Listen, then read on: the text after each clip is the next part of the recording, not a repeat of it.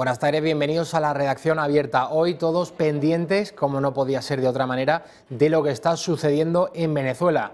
A primera hora de la mañana, hora local, en Caracas, capital del país sudamericano, liberaban al opositor Leopoldo López. Estaba condenado a 13 años de prisión por el régimen chavista y el señor Leopoldo López estaba en régimen de arresto domiciliario. Había estado un tiempo en prisión, pero se encontraba en arresto domiciliario. Pues esta mañana era liberado por parte del ejército que ya no está del lado del presidente Nicolás Maduro, que va a tratar de liberar y poner fin al gobierno y al régimen chavista, algo sin duda muy complicado, y luego lo analizaremos con varios analistas. Estará con nosotros hoy Pedro Zapata, que es venezolano, que lleva en nuestro país casi 10 años, también Javier Villamor, periodista, experto en relaciones internacionales, y tendremos una entrevista vía llamada telefónica con Florentino Portero, analista de relaciones internacionales. Vendrá a última hora, casi a partir de las 7, William Cárdenas, de la Plataforma Democrática de Venezolanos en Madrid. Una fuente muy solvente española que está no en Venezuela, sino en un país muy cercano a este, nos cuenta que la situación, a pesar de que Leopoldo López y Juan Guaidó, para quien nosotros es el presidente legítimo de Venezuela, están en el centro de Caracas desafiando el chavismo, desafiando al presidente Nicolás Maduro, están liderando a las masas que están reclamando el fin del usurpador, así es como le llaman a Nicolás Maduro. Pues esa fuente nos han informado de que el aparato del Estado de Nicolás Maduro es aún muy fuerte, que el apoyo a Juan Guaidó no es aún el necesario, no es tan fuerte como para derrocar al Estado. Sin duda lo que suceda en las próximas horas será decisivo. De momento no nos ha llegado noticia de que haya muertos. Sí que nos llegan imágenes muy preocupantes de que el propio ejército y la policía chavista, esa Guardia Nacional Bolivariana, están reprimiendo a los venezolanos que se han atrevido hoy, como ya lo hemos visto en tantas ocasiones, a salir a la calle a protestar contra el déspota, contra el tirano Nicolás Maduro. Son muchos años ya los que llevan los venezolanos bajo el yugo del chavismo. Venezuela, que por recursos naturales es uno de los países más ricos de Sudamérica, vive una crisis brutal, y no solamente una crisis política, sino una crisis alimentaria. Los venezolanos en el día a día tienen graves problemas para conseguir productos de primera necesidad, como la leche, como el pan, y los venezolanos en algún momento pues iban a estallar y a decir basta. Luego veremos las relaciones políticas en España y en otros países, pero en lo que respecta a nuestro país ya hemos tenido desgraciadamente que lamentar pues que algunos políticos de la izquierda, el caso de Alberto Garzón, el caso de Juan Carlos Monedero, están del lado del chavismo. Esto ya no supone ninguna sorpresa, lo han estado desde el principio y están apuntando a la teoría de la conspiración, a que Estados Unidos se encuentra detrás de todo este proceso. Ahora vamos a ver el momento en el que esta mañana Juan Guaidó, autoproclamado presidente de Venezuela, para nosotros presidente legítimo de Venezuela, movilizaba a los venezolanos, les invitaba a salir a las calles. En este momento hacemos un gran llamado a los empleados públicos y a un componente fundamental, no solamente para la transición, sino para la reconstrucción de Venezuela, recuperar soberanía nacional, nuestras Fuerzas Armadas. Hoy, valientes soldados, valientes patriotas, valientes hombres apegados a la Constitución han acudido a nuestro llamado. Hemos acudido también al llamado, nos hemos encontrado definitivamente en las calles de Venezuela. Hoy las Fuerzas Armadas claramente están del lado del pueblo, están del lado de la Constitución, leales a la Constitución. Horas decisivas en Venezuela, un país hermano, y Pedro Zapata, que es analista político y sobre todo es venezolano, se incorpora a la mesa. Muy bienvenido. Muchas gracias, Javier. Nadie mejor que tú para explicarnos qué es lo que está sucediendo. Esto nadie se lo esperaba que fuese a suceder hoy. Correcto. Pero desde que Juan Guaidó el pasado mes de enero desafiaba el poder de Nicolás Maduro, el poder del chavismo, autoproclamándose presidente de Venezuela. Para nosotros es el presidente legítimo, sin ninguna duda, del país sudamericano. Esto más o menos estaba dentro de lo posible, que algún día, no digo que sacasen a Leopoldo López, lo liberasen, pero que se echasen a las calles ya de manera definitiva a decirle al pueblo, señores, todos a las calles hasta que el señor Maduro no se vaya de nuestro país y entregue el poder y haya unas elecciones. A ver, de hecho el llamado estaba hecho para el día 1 de mayo, a partir de mañana. Mañana. Y hoy no solo sorprendió al gobierno, sino que nos sorprendió a todos los venezolanos. No ver a Juan Guaidó en la calle solamente, sino verlo junto a Leopoldo López, una persona que es un preso político venezolano que ha estado por su condición de preso desaparecido de la palestra pública hace algún tiempo. Verlo allí ha significado también una esperanza para muchos de sus seguidores y en definitiva para todos los venezolanos, ¿no? El llamado el día de hoy no es solo que la gente salga a la calle sin retorno, sino que además los oficiales leales a la Constitución se sumen al llamado del presidente legítimo de Venezuela, Juan Guaidó. Voy a leer lo que me escribe a través del WhatsApp, una fuente sin duda cualificada que tiene contactos en Venezuela, ha vivido en Caracas y me dice lo siguiente: la cosa está muy mal. Salvo que estén esperando ayuda exterior, que es muy poco probable. No tienen ahora mismo músculo para controlar el país. Se está refiriendo a Juan Guaidó, a Leopoldo López, a la oposición venezolana, que no tienen fuerza para derrocar al aparato del Estado chavista. Sin duda las fuerzas, la Guardia Nacional Bolivariana y gran parte del ejército. Veíamos hace unos minutos, Pedro, al ministro de Defensa, que tiene un nombre bastante gracioso, Vladimir Padrino. Vladimir López. Salían diciendo que todos los comandantes del ejército venezolano estaban del lado de Nicolás Maduro. A ver, para Vladimir Padrino es muy cómodo tener esa posición cuando sus hijos están aquí en Madrid. ¿Ah, sí? Viviendo la gran vida. Sí, en efecto están aquí y se han tenido que cambiar de casa y todo porque los tenían ubicados los medios, porque es una desfachatez como su hijo cierra privados de discotecas en Madrid mientras los venezolanos se mueren de hambre, ¿no? A ver, en cuanto que no haya fuerza, no hay organización, es importante y hay que entender que esto es un movimiento civil, sobre todo. La posición venezolana es ante todo civil y está buscando una salida pacífica, pero la salida pacífica pasa también por la resistencia en las calles. Y lo que esto a su vez se va a traducir es que en el apoyo que hemos visto, no solo en días pasados cuando los militares que se voltearon, digamos, al régimen y que decidieron apoyar al régimen constitucional, que es el de Juan Guaidó, cruzaron la frontera con Colombia, sino que además vemos cómo distintos miembros, componentes militares están apoyando hoy mismo el movimiento de Guaidó. Y sobre todo hay una fuerza y una base civil, de organización, de partidos políticos. Y es allí cuando las personas tienen que salir a las calles, lo decía hoy también Juan Guaidó, acercarse a las unidades militares de su región y pedir a los militares institucionalistas que se sumen.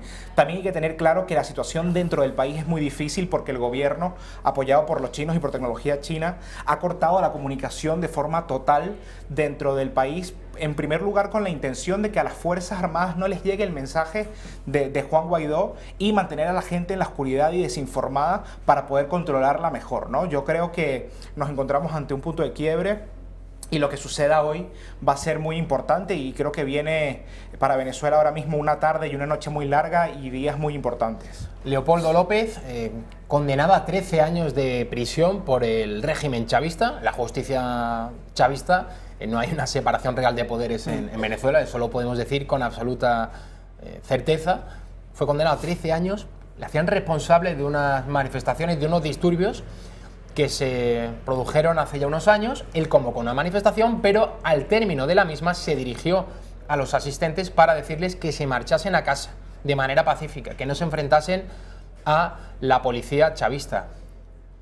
Una vez que Leopoldo López se marchó de aquella manifestación, hubo enfrentamientos entre algunos manifestantes con la policía de Chávez, de Maduro, y por ello la justicia le condenó, le castigó con 13 años de prisión. Estuvo en Ramo Verde, si no lo recuerdo mal, la cárcel militar, allí estuvo confinado varios años, finalmente arresto domiciliario y esta mañana sacaban a Leopoldo López de ese arresto. Vamos a ver las palabras de Leopoldo López recién liberado haciendo ese llamamiento al pueblo venezolano para que salga a las calles a decir a Maduro que dimita. Los que están hoy acá en la capital, todos los venezolanos que quieran libertad, que vengan acá al distribuidor de Altamira, acompañar a nuestros soldados valientes, acompañar al pueblo. Comenzó el cese de la usurpación, Venezuela. Buenos días, Venezuela. A todos los hermanos de la Fuerza Armada Nacional, este es el momento. Sabemos que el dolor del pueblo es el dolor de ustedes.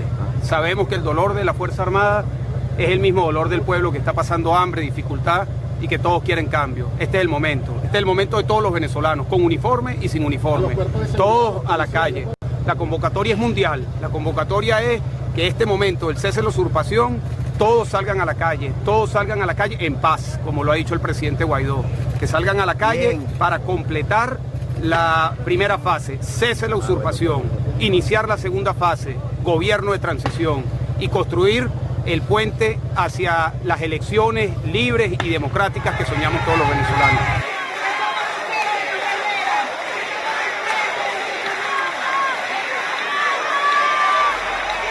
En estos momentos está dirigiéndose a la multitud, a los manifestantes, Juan Guaidó, presidente legítimo de Venezuela. Vamos a escucharlo.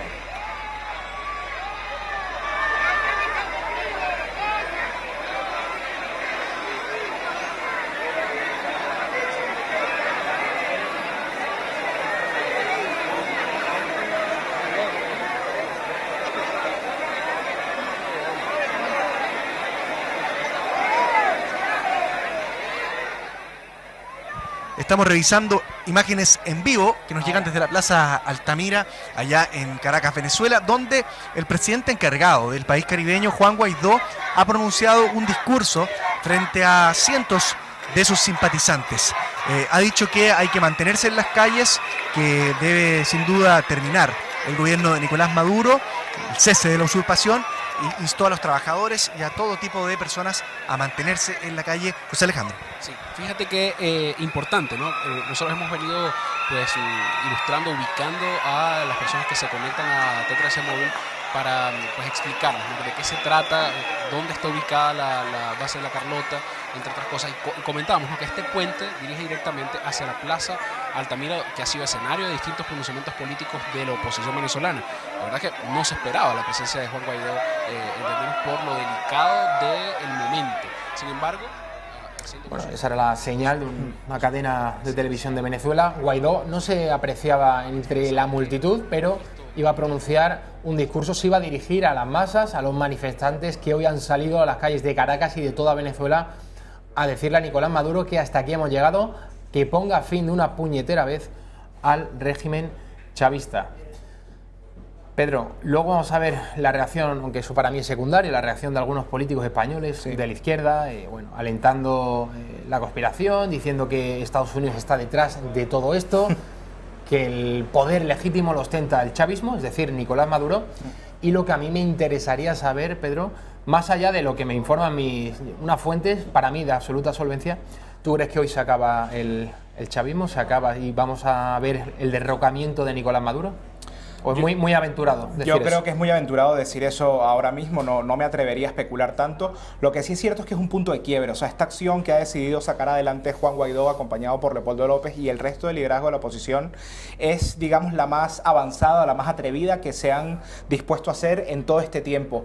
Por lo que yo creo que esta acción va a desencadenar o bien en la salida de Maduro, o en definitiva va a terminar muy mal y va a terminar con el apresamiento de los líderes de la oposición, y esperemos que no sea así, que la comunidad internacional, este apoyo que ha manifestado no solo a través del Grupo de Lima, la Unión Europea y Estados Unidos, se manifieste de verdad y no permita que ocurra un apresamiento de los líderes legítimos de Venezuela. Bueno, Nicolás Maduro, desde primera hora de la mañana, cuando se enteraba de esta noticia, la liberación de Leopoldo López, hacía un llamamiento a las fuerzas paramilitares, esas fuerzas de choque que tanto le sirven al régimen para seguir aplastando al pueblo venezolano. Son esas motos, ¿no?, los motorizados, sí, que salen a las calles de Caracas, sí, a disparar contra la multitud, a disparar contra los manifestantes.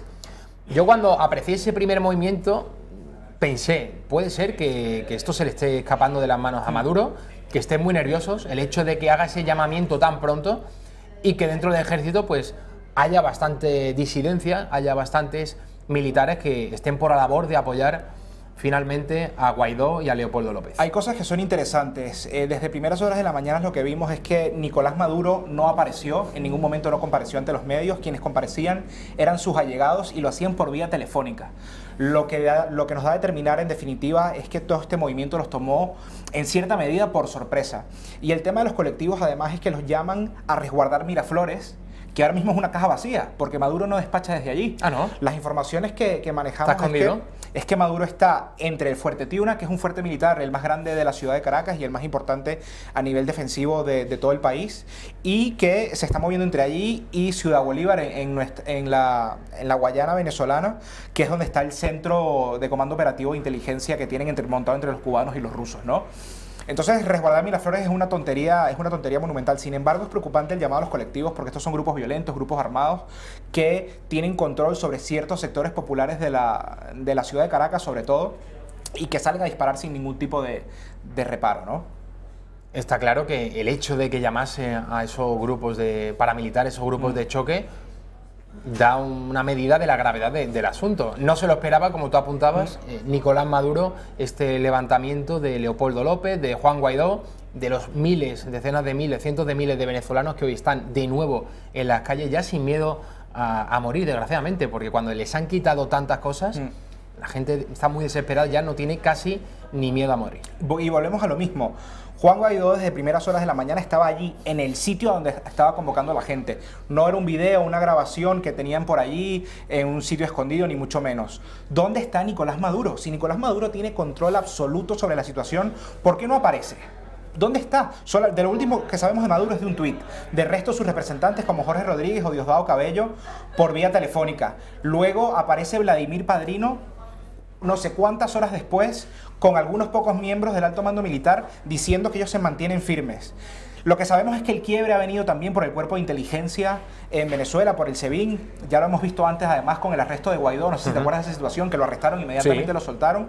Pues lo mismo ocurrió el día de hoy con Leopoldo López. Leopoldo López está resguardado por el SEBIN y, sin embargo, ahí estaba en la calle tan tranquilo, ¿no?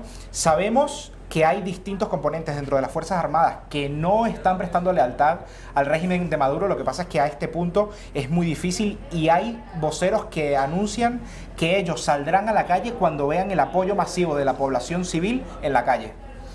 Raquel, me gustaría que viésemos ahora la reacción del presidente de Bolivia, de Evo Morales, a través de las redes sociales. A ver si podemos ver el tuit que ha escrito esta mañana.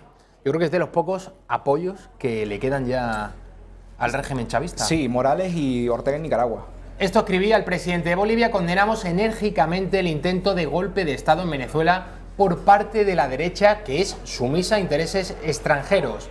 Seguros que la valerosa revolución bolivariana a la cabeza del hermano Nicolás Maduro se impondrá a este nuevo ataque del imperio. Está señalando claramente a Estados Unidos. Allí hay dos apuntes que hacer sobre este tuit que le quitan toda validez.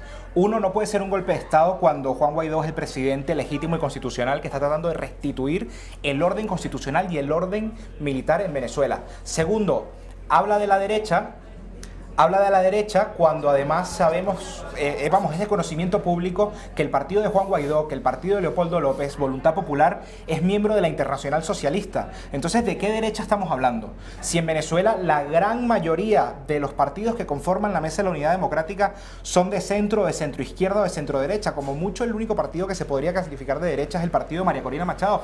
Y sin embargo, ellos no son los que están principalmente al frente de estos movimientos. Entonces, yo quiero saber de cuál golpe de Estado y de cuál derecha está hablando Evo Morales en esta comunicación, ¿no? Vamos a ver ahora el tuit del propio Leopoldo López. Antes veíamos sus declaraciones. Condenado a 13 años, este opositor al régimen chavista, como hemos dicho anteriormente, estaba en arresto domiciliario. Dice Leopoldo López: Venezuela ha iniciado la fase definitiva para el cese de la usurpación, la Operación Libertad. He sido liberado por militares a la orden de la Constitución y del presidente Guaidó. Estoy en la base La Carlota. Todos a movilizarnos. Es hora de conquistar la libertad, fuerza y fe. La Carlota es una base militar aérea, ¿no? Sí, correcto, que está ubicada en el pleno corazón de la ciudad de Caracas.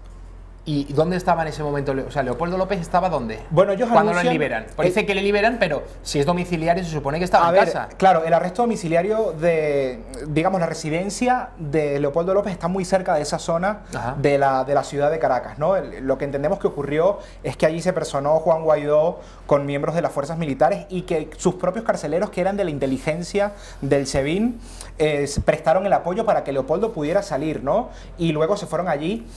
A ver, las acciones hasta este momento no se han desarrollado en un distribuidor de la autopista que está muy cercano a la base de La Carlota, la base aérea Francisco de Miranda.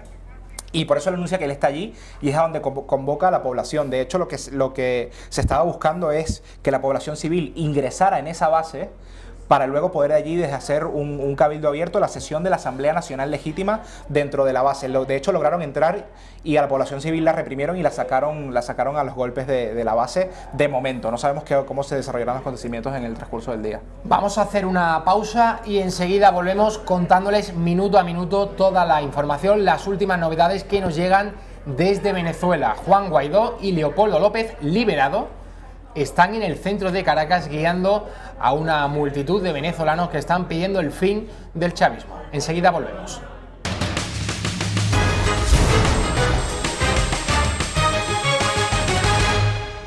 7:25 de la tarde, 6:25, perdón, de la tarde se incorpora Javier Villamor, periodista, muy bienvenido. Muy buenas tardes. Vamos a seguir comentando todo lo que está aconteciendo en Venezuela. Esta mañana Leopoldo López, opositor al chavismo, al presidente Nicolás Maduro, era liberado. Había sido condenado a 13 años de cárcel, como hemos comentado anteriormente, por liderar unas revueltas. ¿El término jurídico por el que fue condenado por el chavismo? Yo te diría... Rebelión. Era rebelión. Rebelión, sí. Pero ya hemos explicado que convocó una manifestación y que al término de la misma se dirigió a la masa y dijo que todo el mundo a casa, que no hubiese ningún tipo de disturbios con la policía venezolana. Y es que además los enfrentamientos no fueron entre la población civil manifestante y la policía. Digamos, los enfrentamientos tomaron parte colectivos. De hecho, los paramilitares. Los paramilitares, bueno, fuerzas parapoliciales más bien, que entre ellos mismos y la policía empezaron a disparar. Y de hecho, uno de los líderes de los colectivos fue asesinado en esa ocasión. Además, sobre el caso de Leopoldo López hay una cosa muy curiosa, que es que el fiscal que lo condena, al cabo de unos meses se va exiliado a los Estados Unidos y explica con lujo de detalles cómo se montó el caso en contra de Leopoldo López y cómo, por supuesto, era una absoluta ilegalidad y que Leopoldo López no tenía ninguna razón para estar preso. Y esta persona, como te decía, el fiscal está exiliado y es informante en los Estados Unidos a día de hoy. Javier Villamor, tú eres un experto en relaciones internacionales, eres una rara avis en el periodismo español, porque en el periodismo español nos gusta mucho mirarnos el ombligo, mirar qué es lo que sucede en España y no mirar un poquito fuera de nuestras fronteras. ¿Tú crees que va a haber guerra civil en Venezuela? A ver, desde luego, si miramos a quién está apoyando o quién está apoyando desde fuera este posible levantamiento, que es Estados Unidos, y si nos fijamos en la figura de Trump, hay que tener en cuenta que Trump, a día de hoy, es el único presidente de Estados Unidos que no inició ninguna guerra. Eso ya, a menos de lo que va del siglo XX, eso ya es decir mucho. Sí que es cierto que... 21.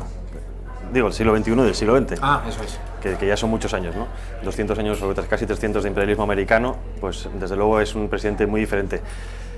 Hasta ahora, los beneplácitos que ha tenido, digamos, a política internacional ha sido, en este caso, por ejemplo, Corea del Norte. Eso le está dando, posiblemente, también suena como candidato a Premio Nobel de la Paz. Veremos qué pasa, porque después de lo que pasó con Obama, sería curioso que no se lo daran. Está claro que ahora mismo la guerra civil en Venezuela, tal como están las fuerzas políticas dentro del país, es prácticamente imposible, porque, aunque sea, o lo digan que es una democracia, es una dictadura encubierta, más que obvio, y el grueso de las Fuerzas Armadas están con el que sustenta el poder, que en este caso es Maduro. Sí que es cierto que llevan años los disidentes, bueno, o la oposición, llamada oposición entre comillas, porque a veces no todos los opositores son realmente opositores, intentando calentar un poco el ambiente de la población para que pierdan el miedo a un posible levantamiento, pero está claro que a día de hoy, sin el apoyo internacional, bien sea de la ONU, bien sea de fuerzas como Estados Unidos, es muy difícil que la situación explote. Ya pasó como por ejemplo con el antiguo militar que se levantó, también casos de policía, enseguida los encuentran, enseguida los acribillan, desaparecen y su mensaje va al caladero de la historia.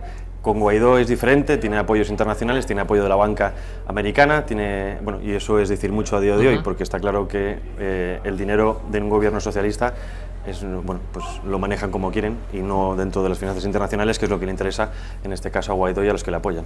Yo sobre el tema de la intervención quería apuntar algunas cosas, ¿no? Una intervención unilateral por parte de los Estados Unidos yo ahora mismo no la veo posible por un simple hecho. Trump ahora mismo, yo creo que desde que inició su mandato, se encuentra en una situación de relativa calma a nivel interno. Todos los casos que tenía abiertos para que daban pie al posible impeachment ya no se van a dar, por lo que yo creo que buscar entrar en Venezuela de forma unilateral no le va a servir de nada a nivel interno, ¿no? Sin embargo, tenemos todavía dos figuras internacionales. El caso de la ONU, que la intervención aprobada por la ONU va a ser también muy complicado por el hecho que tienes el veto en el Consejo de Seguridad por parte de Rusia y por parte de China, pero nos queda la figura de la OEA. ¿Y por qué es importante echarle un vistazo a la figura de la OEA? Porque la OEA ha reconocido al representante de Guaidó como embajador legítimo de Venezuela ante este organismo, al señor Tarre Briceño. Y ya hay países dentro del marco de la OEA que están moviendo para que se aplique la doctrina Roldós, que dentro de este marco sí que se podría hablar de una intervención multilateral de los países de la región en Venezuela, por lo que quizás por esa parte no estaría del todo descartado. Con lo que tú dices es muy cierto, sobre todo teniendo en cuenta que ahora mismo, digamos que Venezuela vive un Estado dentro de otro Estado. Correcto. Que hay un autoestado proclamado y reconocido por fuerzas, por no todas las fuerzas internacionales, y pasa lo mismo con el otro, supuestamente proclamado bajo una legítima democracia, entre comillas, apoyado por otras fuerzas semejantes, pero vamos, son choque de trenes. Venezuela ahora mismo, o sea, viene a ser la Siria de Oriente. Ahí está en juego la potencia mundial, Rusia, Estados Unidos, posiblemente también China, y vemos qué pasa. Desde luego, entiendo que los más penalizados, como siempre, son los civiles. Sí. El pueblo venezolano sufrirá, esté quien esté ahora mismo, desde luego unos años después de guerra, o bien incluso aunque venga Guaidó, las cosas no van a cambiar tan fácilmente. Pero como tú bien decías ahora, la OEA es clave y por lo que parece tienen el apoyo y eso ya es mucho. De momento, el grueso de las fuerzas y cuerpos de seguridad del Estado, la policía venezolana, la Guardia Nacional republicana, bolivariana, los militares, están del lado del señor Nicolás Maduro. Vamos a ver unas imágenes de la violencia con la que se están empleando las fuerzas de Nicolás Maduro, un atropello a los manifestantes, muchísimos manifestantes que están... Ahí lo estamos viendo, cómo atropellan esos vehículos blindados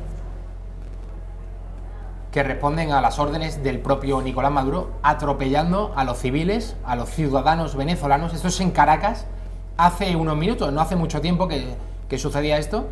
Se están empleando con esa violencia. Hay otra vía posible, por ejemplo, en septiembre del año pasado, en el Consejo de Derechos Humanos de la ONU en Ginebra, se aprobó una resolución que parecía que no se iba a aprobar, que era el apoyo a la apertura de un corredor humanitario. Sí. Este corredor humanitario estaba sujeto a una intervención de fuerzas internacionales bajo la ONU u otra fuerza u otro organismo internacional.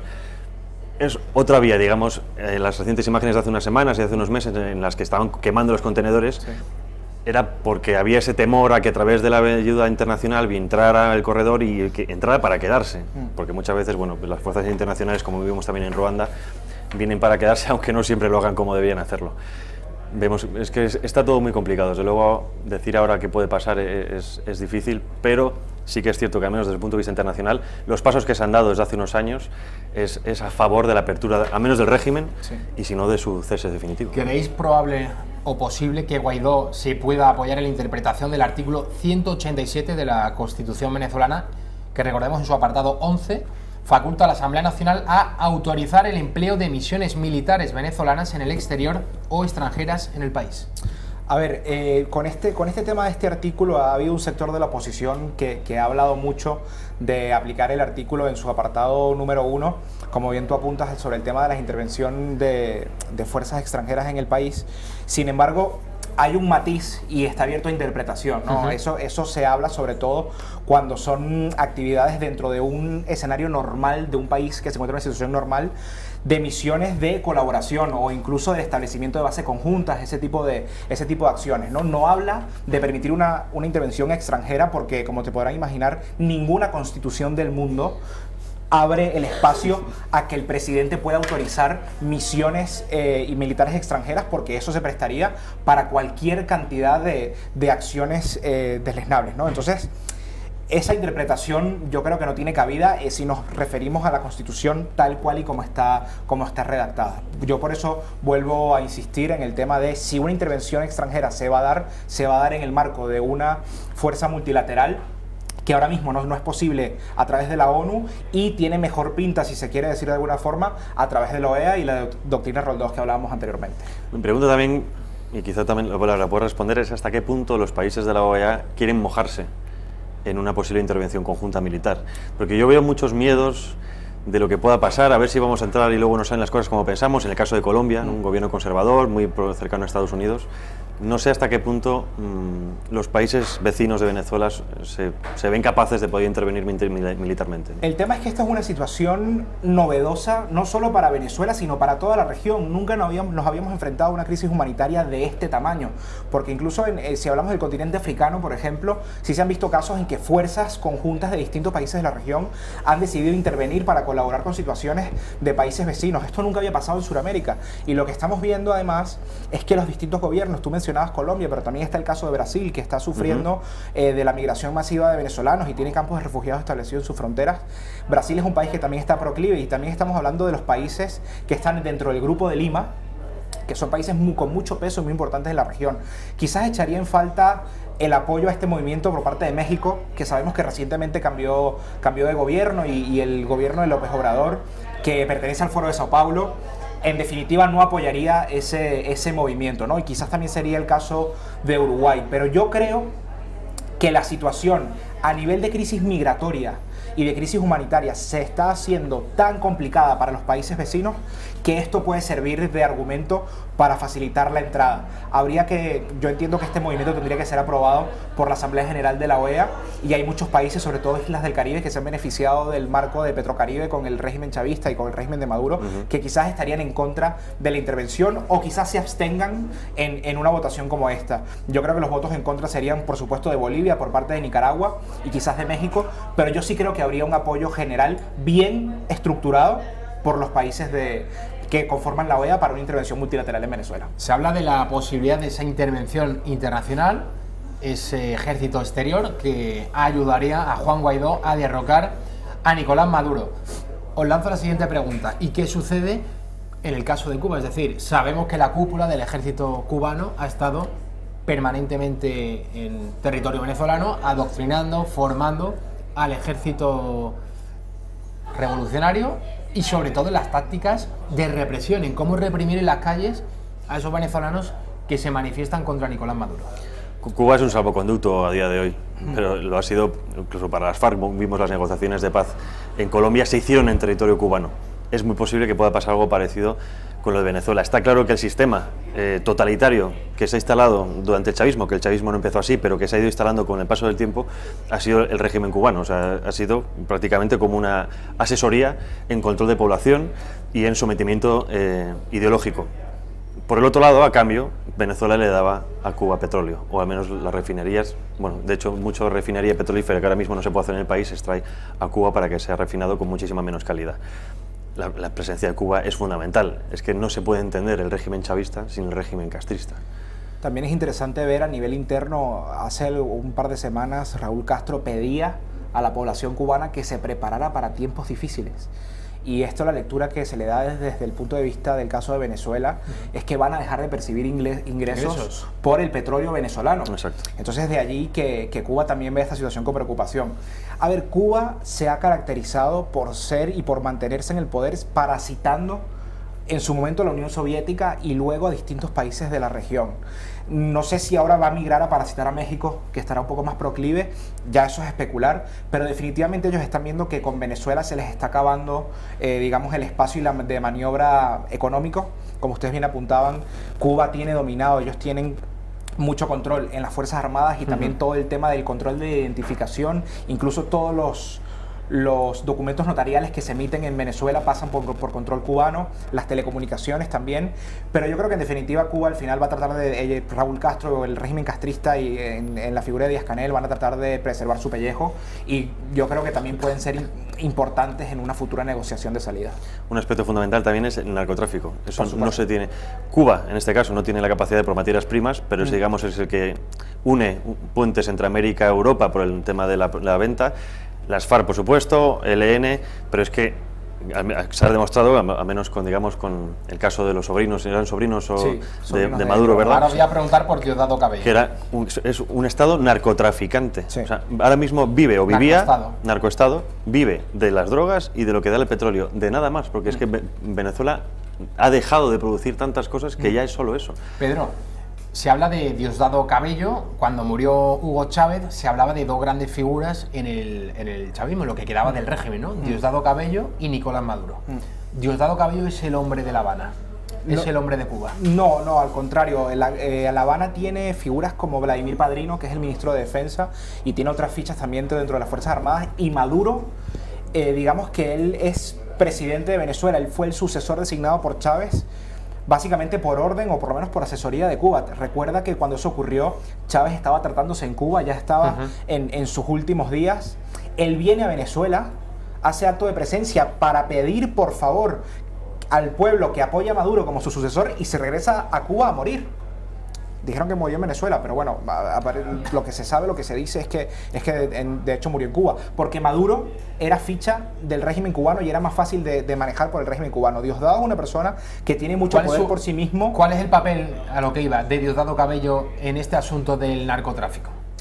A ver, la información que manejan, por ejemplo, el Departamento de Estado de los Estados Unidos y la DEA, o lo que se sabe que manejan, es que es uno de los cabecillas de todo el tráfico de drogas que pasa por Venezuela y que sale de Venezuela. Ten en cuenta que cuando el gobierno de Uribe en Colombia hace esa arremetida muy agresiva en contra del narcotráfico y en contra de las guerrillas, ellos encuentran santuario en territorio venezolano. De hecho, a día de hoy, la guerrilla colombiana vive de las vacunas que le piden a los pocos ganaderos que quedan en Venezuela y a la población que sigue haciendo negocio en esas regiones fronterizas con Colombia. Allí no solo se produce droga, sino que se saca a países como República Dominicana, como Cuba, como Nicaragua, que sirven de puente para Estados Unidos y para Europa. Ya hemos visto casos, por ejemplo, como aquel vuelo del France que iba lleno de cocaína, o cargueros que llegan a Galicia llenos de cocaína también. Y lo que se sabe es que Diosdado Cabello, además de haberse quedado con muchos negocios, sobre todo en el área de infraestructura y de obras públicas en Venezuela, también está metido de lleno en el tema del narcotráfico, y por eso para ellos la salida es tan costosa, porque ¿a dónde se van a ir? A Rusia, que no hablan el idioma y que el clima no les favorece nada. A China. Parece que Cuba es la única salida que tienen, y yo dudo mucho que Cuba se vaya a lanzar en el tema de tenerlos allí refugiados, no lo sé. Javier, a ti te gusta mucho el tema de la geopolítica. Esto parece el final de la Guerra Fría, es decir, todavía está Rusia al lado de Cuba y al lado de Venezuela, los países no alineados, los que estaban, no querían estar dentro de la bota imperialista, o por llamarlo así, Estados Unidos, capitalista, ¿no? El bloque capitalista y el bloque comunista. Aquí estamos viendo un clarísimo ejemplo. Rusia y China están junto con Nicolás Maduro, con el régimen chavista, tratando de frenar a Estados Unidos, no en tanto que vayan a entrar los militares estadounidenses, sino en el sentido de que triunfe Juan Guaidó. Eso al final es una guerra de poderes. Bueno, en la última fase, me refiero. Sí, tú has dicho lo de la Guerra Fría. Yo creo que la Guerra Fría es, digamos, el tiempo que ocurre entre la segunda y la tercera.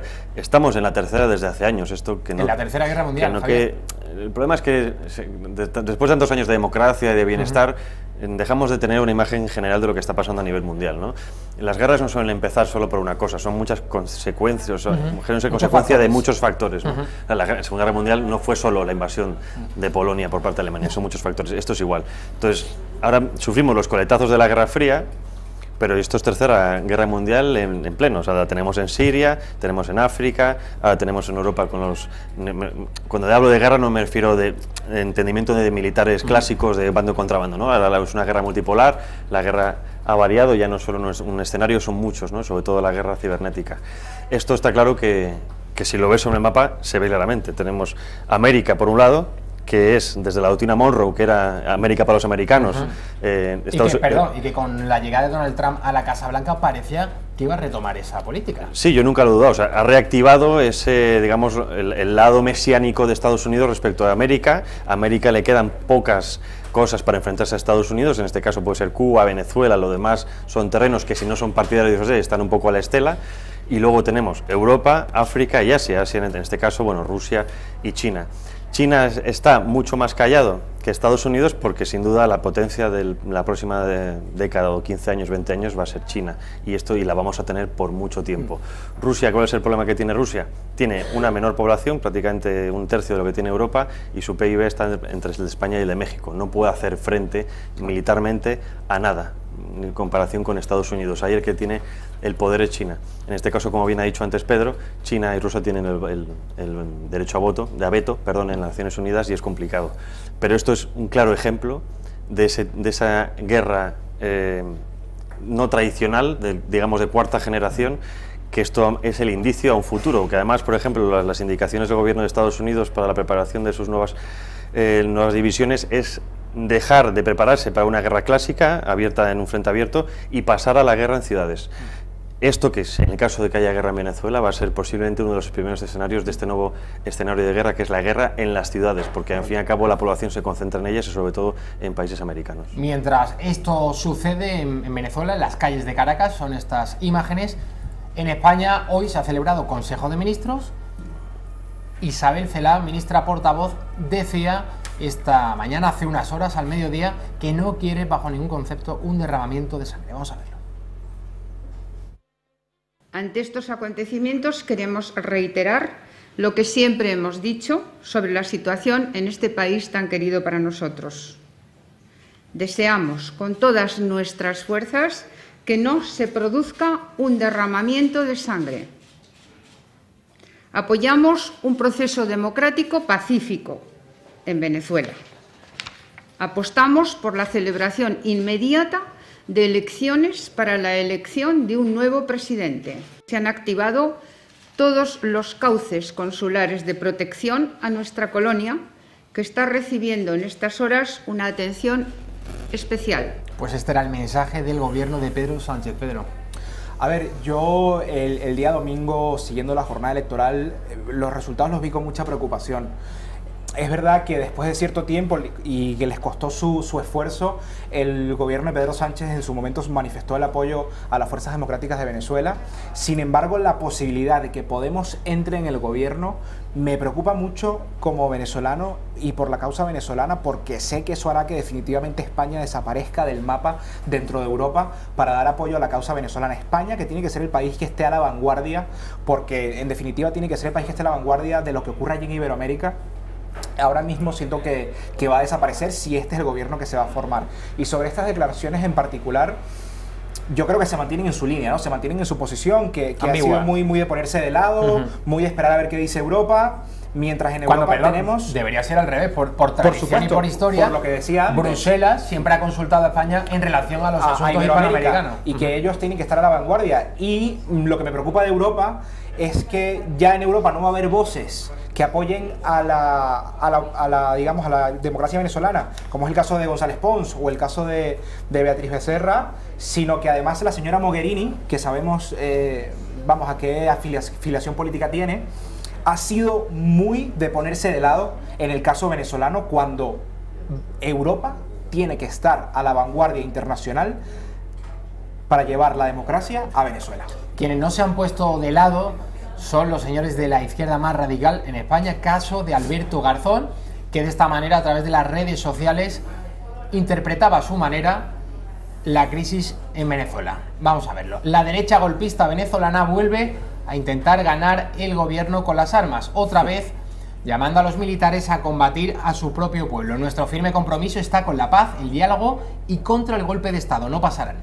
Mira, me hace gracia que gente de extrema izquierda escriba siempre la derecha golpista, ¿no? Pero vamos a hacer un ejercicio y nos vamos a Wikipedia. Página de Juan Guaidó. Partido Voluntad Popular. Página del Partido de Voluntad Popular. Ideología: progresismo, socialdemocracia, socialliberalismo, centrismo radical. Posición: centro-centroizquierda. Afiliación internacional: internacional socialista. Si nos vamos a la página del PSOE, afiliación internacional: internacional socialista. Es decir, o sea, que el PSOE es un partido hermano del señor... Que es que mucha gente que está diciendo que vienen los fascistas a hacer golpe de Estado, no son fascistas ni mucho menos, señores, no se equivoquen. Son gente de centro-centroizquierda progresista. Sí, digamos que es la rama más centrada dentro de lo que podía haber sido el chavismo en Venezuela hace unos años. Tú has dicho algo también muy interesante y has dicho que temes que posiblemente nuestro gobierno, el gobierno español de Pedro Sánchez, no se meta en vereda en este tema. Y estoy seguro, pongo aquí la mano en el fuego, que no va a hacer nada. Teniendo en cuenta que ha vendido a Gibraltar por el Brexit, tengo muy claro que no va a mover ni un solo dedo, porque mover un dedo en esta jugarreta de Venezuela sería recuperar cierta soberanía, entre comillas, o cierto poder político exterior de España en la región. Y cerrarle la puerta a Podemos en España. Y cerrarle la puerta a Podemos en España. Yo tengo muchos amigos venezolanos y siempre me han dicho, cuidado, porque es que todo iba así, todo funcionaba tal cual está pasando en España. Parecía que no, entraba un gobierno, un partido que quería cambiar las cosas, y luego acabamos todos muertos de hambre. Esto es un claro aviso, y no digo por el clásico Podemos Venezuela, no, es un claro aviso. Pues si hay alguien en España que le encantaría convertir España en Venezuela es Juan Carlos Monedero. También ha tenido un momento de gloria a través de las redes sociales. Twitter ha escrito lo siguiente: los golpistas de Estados Unidos siguen intentándolo en Venezuela, solo buscan un baño de sangre y robar el petróleo, pero no cuentan ni con el apoyo del pueblo ni de las Fuerzas Armadas. La paz es la única solución. Este señor es un descarado. Recordemos que cuando él estuvo en Venezuela vivía... A muy buen precio, ¿no? Porque se llevó $400.000. No, 450.000 por un informe. Las condiciones laborales eran muy buenas porque vivía en una casa en el Country Club de Caracas y su oficina, su despacho estaba justo debajo del despacho de Chávez dentro de Miraflores. Él operaba dentro de lo que se conocía como el Centro de Estudios Estratégicos Francisco de Miranda, que entre otros, digamos, personas de distintos países del mundo, estaba Juan Carlos Monedero, ¿no? Y me llama la atención, de hecho lo he comentado en esta misma mesa, sigue hablando del petróleo, cuando el petróleo venezolano hace mucho tiempo que dejó de importar. Estados Unidos, lo que te comentaba el otro día, el estado de Texas, solamente el estado de Texas produce mucho más petróleo de lo que produce Venezuela. Y Venezuela ahora mismo, lamentablemente, a pesar de ser uno de los países que impulsó en su momento la creación de la OPEP, hoy en día es de los productores más pequeños que están dentro de esa organización. De hecho, la empresa Halliburton, que se encarga de explotación petrolera, ha hecho un seguimiento de los taladros activos que hay en Venezuela. Cuando el régimen chavista empezó en Venezuela habían unos 180 taladros en activos y ahora hay menos de 20. Entonces, ¿de qué petróleo estamos hablando si cuando un pozo petrolero se deja de extraer petróleo, se seca, por más que siga habiendo petróleo allí dentro? Es muy caro refinar el petróleo. Y es muy caro refinar el petróleo venezolano porque es un petróleo súper pesado. Entonces a mí me llama la atención que estas personas que no son venezolanas, que no tienen ni idea de petróleo además, porque el petróleo los venezolanos básicamente lo llevamos en la sangre, no tienen ni idea de petróleo, se ponen a hablar del petróleo venezolano. Cuando el petróleo venezolano lamentablemente hoy en día no es competitivo ante tecnologías y realidades como la que aplica Estados Unidos en su territorio, como la del fracking. El petróleo de Venezuela a día de hoy no es importante. Todavía si me hablan de otros recursos naturales que ya están cedidos a China por demás. Entonces de esto no se trata de eso, y además que siempre estamos en este discurso de izquierda-derecha, que es donde están encasillados estos señores que se quedaron en la Guerra Fría y que se quedaron en la Unión Soviética, pero es que en Venezuela la discusión no va de izquierda y derecha. En Venezuela la discusión va de opresión y libertad, en definitiva, de vida o muerte, y ahora mismo está triunfando la muerte. Vamos a ver el tuit de Santiago Abascal. También empleaba las redes sociales como medio para comunicarse con sus simpatizantes sobre esta cuestión venezolana. Todo nuestro apoyo para María Corina Machado y su demanda de libertad y democracia para Venezuela, y nuestra exigencia al gobierno de España para que apoye al presidente legítimo de Venezuela y combata el chavismo criminal. Con Venezuela ya son muchas fake news de muchos temas, ¿no? Pero el tema de Venezuela creo que es un buen ejemplo, y es que está claro que ya, también después de las elecciones que hemos tenido el domingo, se puede decir que vivimos una sociedad en la que vive perpetuamente en la aceptación acrítica de falsedades obvias propagadas por políticos de medio pelo, ¿no? Y en el caso de Venezuela es evidente. Yo, como cuando tengo amigos venezolanos que trabajan con gente que son de entornos algunos podemitas, ¿no? Y son capaces de rebatirle al venezolano que ha huido del país cómo está su propio país. Ellos saben cómo está. Entonces dicen, no, tú estás mintiendo porque tal. Y dice, que me he escapado del país porque me estaba muriendo de hambre. Que es que no te estoy hablando de que si Trump o si Hillary, no, te estoy hablando que es que nos morimos. Hicimos una campaña de petición de firmas en Citizen Go, precisamente con el tema de la apertura de esta humanitaria, y es que los datos eran escalofriantes. Trajimos gente a la asociación para que diera una pequeña conferencia, y es que te contaban gente que se muere porque no tiene que comer, niños que les explotan las tripas de hambre, gente que se cae por la calle, hospitales que no tienen ni agua para poder dar a los enfermos, 30.000 muertos, enfermos crónicos que se pueden morir si no entran medicinas de alta necesidad. Esto estoy hablando por septiembre y han pasado casi 9 meses. De hecho, hace poco veíamos una imagen de la portada del ABC que la izquierda en España insistía que era una foto de Yemen, e incluso muchos periodistas españoles en Venezuela, que no se les puede acusar de ser de derecha ni mucho menos, decían no, esto es en este hospital, ocurrió tal día, y son incapaces, están negados a ver una realidad que está allí, que es evidente y que nos está golpeando todos en la cara, ¿no? Y luego cuando sacan noticias, por ejemplo, las imágenes de lo típico Podemita o de este entorno que dice, mira, me estoy grabando en este supermercado y como veis tengo todo repleto. Pero es que lo que no define, como en todo régimen, como por ejemplo pasó en el soviético, es que hay supermercados para la población y supermercados para la gente del régimen. Si estás o eres capaz, o eres familia rica, tienes empresarios o tienes buenos contactos, tendrás acceso a eso, pero el vasto de la población se muere, es que no tiene nada, nada de nada. En Cuba, con el peso convertible y el peso corriente, que hay personas que tienen acceso a esos mercados, pero que se les hace muy costoso porque, por ejemplo, un médico gana lo que gana y no puede acceder a esos productos. Exacto. Pero claro, es muy fácil para un extranjero ir y tomarse fotos y decir, aquí están los productos. Claro, pero ¿quién los puede comprar? Si con un salario mínimo no compras un cartón de huevos en Venezuela a día de hoy. Exacto. Pedro Zapata, muchísimas gracias por estar con nosotros. Nos vamos a la publicidad. A la vuelta, Florentino Portero va a estar con nosotros tratando de arrojar algo de luz a este asunto complicado, sin duda, de Venezuela.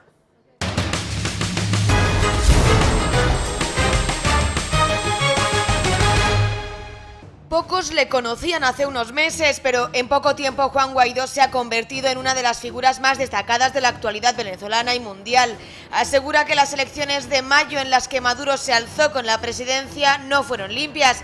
Por ello, el pasado 23 de enero, Guaidó se autodeclaró presidente interino para ponerle fin a lo que considera una usurpación de poder. Juro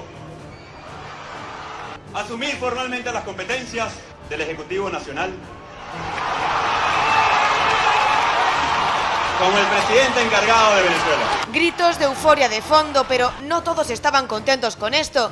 Los militares mandados por Maduro pusieron las calles patas arriba. Reconocido como líder por todas las fuerzas del antichavismo, Guaidó, miembro de Voluntad Popular, el partido de Leopoldo López, consiguió también el apoyo de la mayoría de los países de la Unión Europea, de América Latina y de Estados Unidos. Una situación sin precedentes que le reconocía provisionalmente como jefe de Estado, negándole su puesto a Maduro. Estaremos manifestando ese respaldo inédito de todo el mundo a nuestra causa. El plan de Guaidó tenía una fecha clave, el 23 de febrero, un mes después, cuando debía llevarse a cabo el ingreso de lo que la oposición denominó como ayuda humanitaria internacional en Venezuela.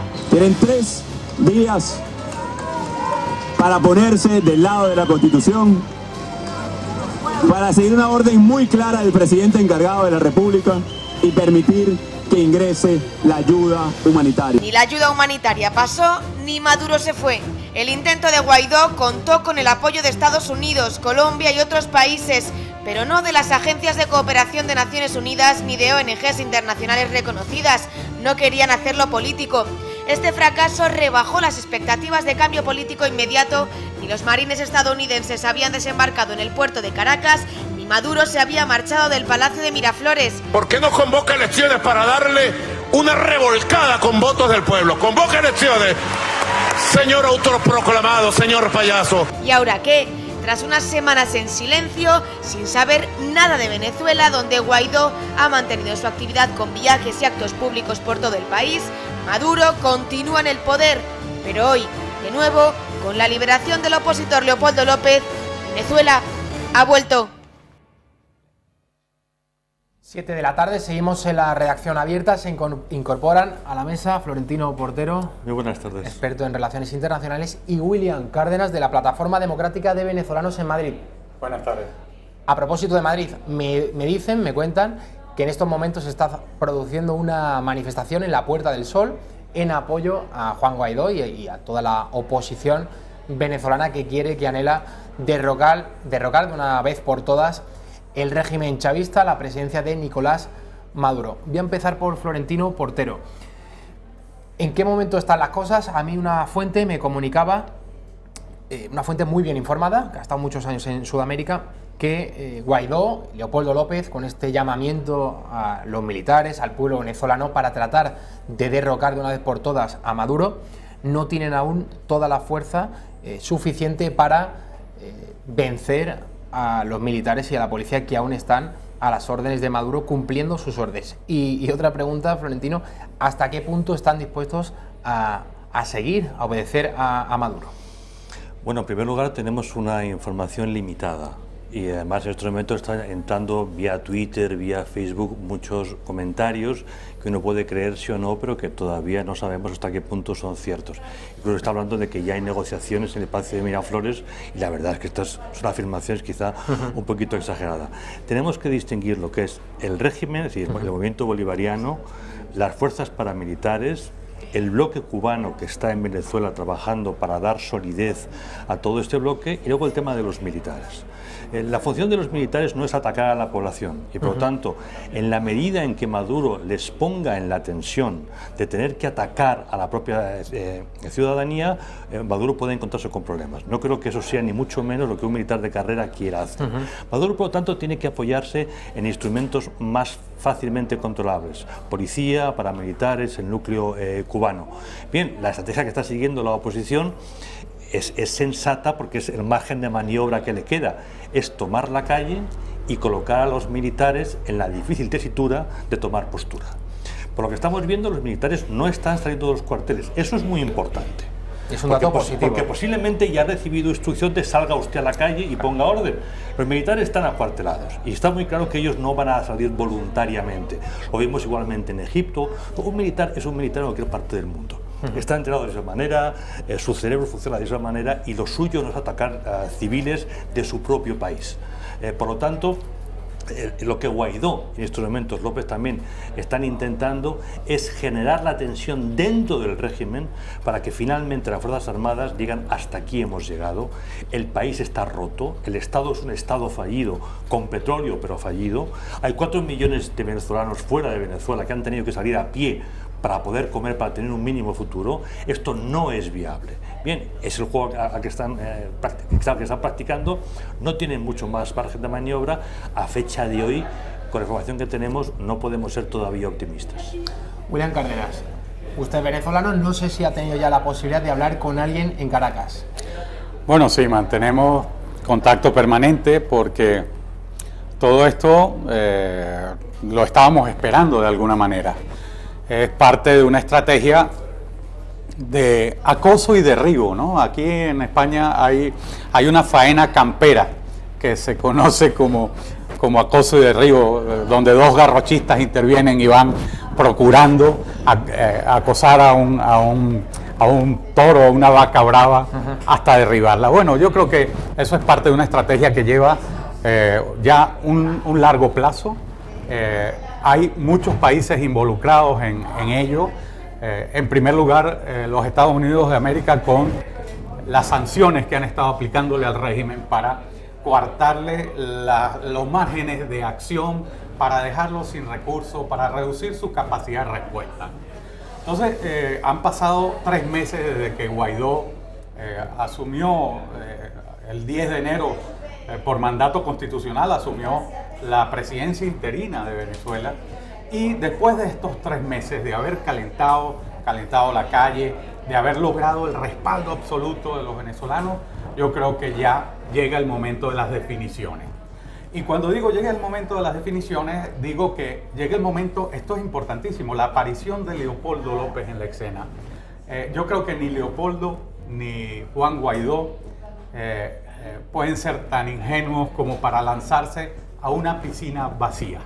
Son los dos máximos líderes de la oposición venezolana y están jugando ahora mismo un papel estelar. Están llamando a la gente a la calle y quien diga que esto es golpe de Estado, bueno, pues está en un error absoluto, ¿no? Porque primero Juan Guaidó es jefe de Estado y un jefe de Estado no da golpes de Estado.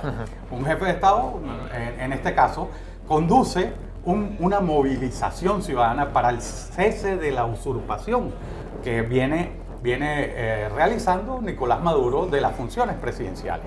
Entonces, entiendo que es parte de ese proceso de acoso y derribo que nos puede deparar. Yo creo que llegamos a un punto de tensión, lo decía perfectamente Florentino hace un momento, ¿no? En el que lo que se está procurando es ya la definición del factor determinante, que no es otro que las Fuerzas Armadas. que el ejército que está en los cuarteles y que está esperando una señal para saber de qué lado se va a colocar. Señor Portero, no sé si es muy probable que haya una intervención extranjera. Quienes están del lado de Nicolás Maduro, es decir, del chavismo, están agitando constantemente el fantasma de una intervención extranjera, lógicamente apuntando sobre todo a Estados Unidos. ¿Esto es probable que suceda? Directamente, con la información que yo tengo hoy, no mucho. Indirectamente es otra historia. Un dato importante de lo que está ocurriendo hoy es el papel que están jugando los servicios bolivarianos de inteligencia. Esos son servicios, digamos, muy controlados por el gobierno y por el núcleo cubano que ayuda al gobierno. Para que desde ese núcleo tan vigilado haya salido o estén participando en esta iniciativa, quiere decir que hay una operación mayor en marcha. Esta gente no da un paso porque sí, son profesionales, etcétera, etcétera. Es muy posible que cuenten con algún tipo de fuerza extranjera, pero no estoy muy seguro que esas fuerzas sean fuerzas oficiales. Pueden ser agencias de seguridad que están dispuestas a introducir gente en un momento determinado.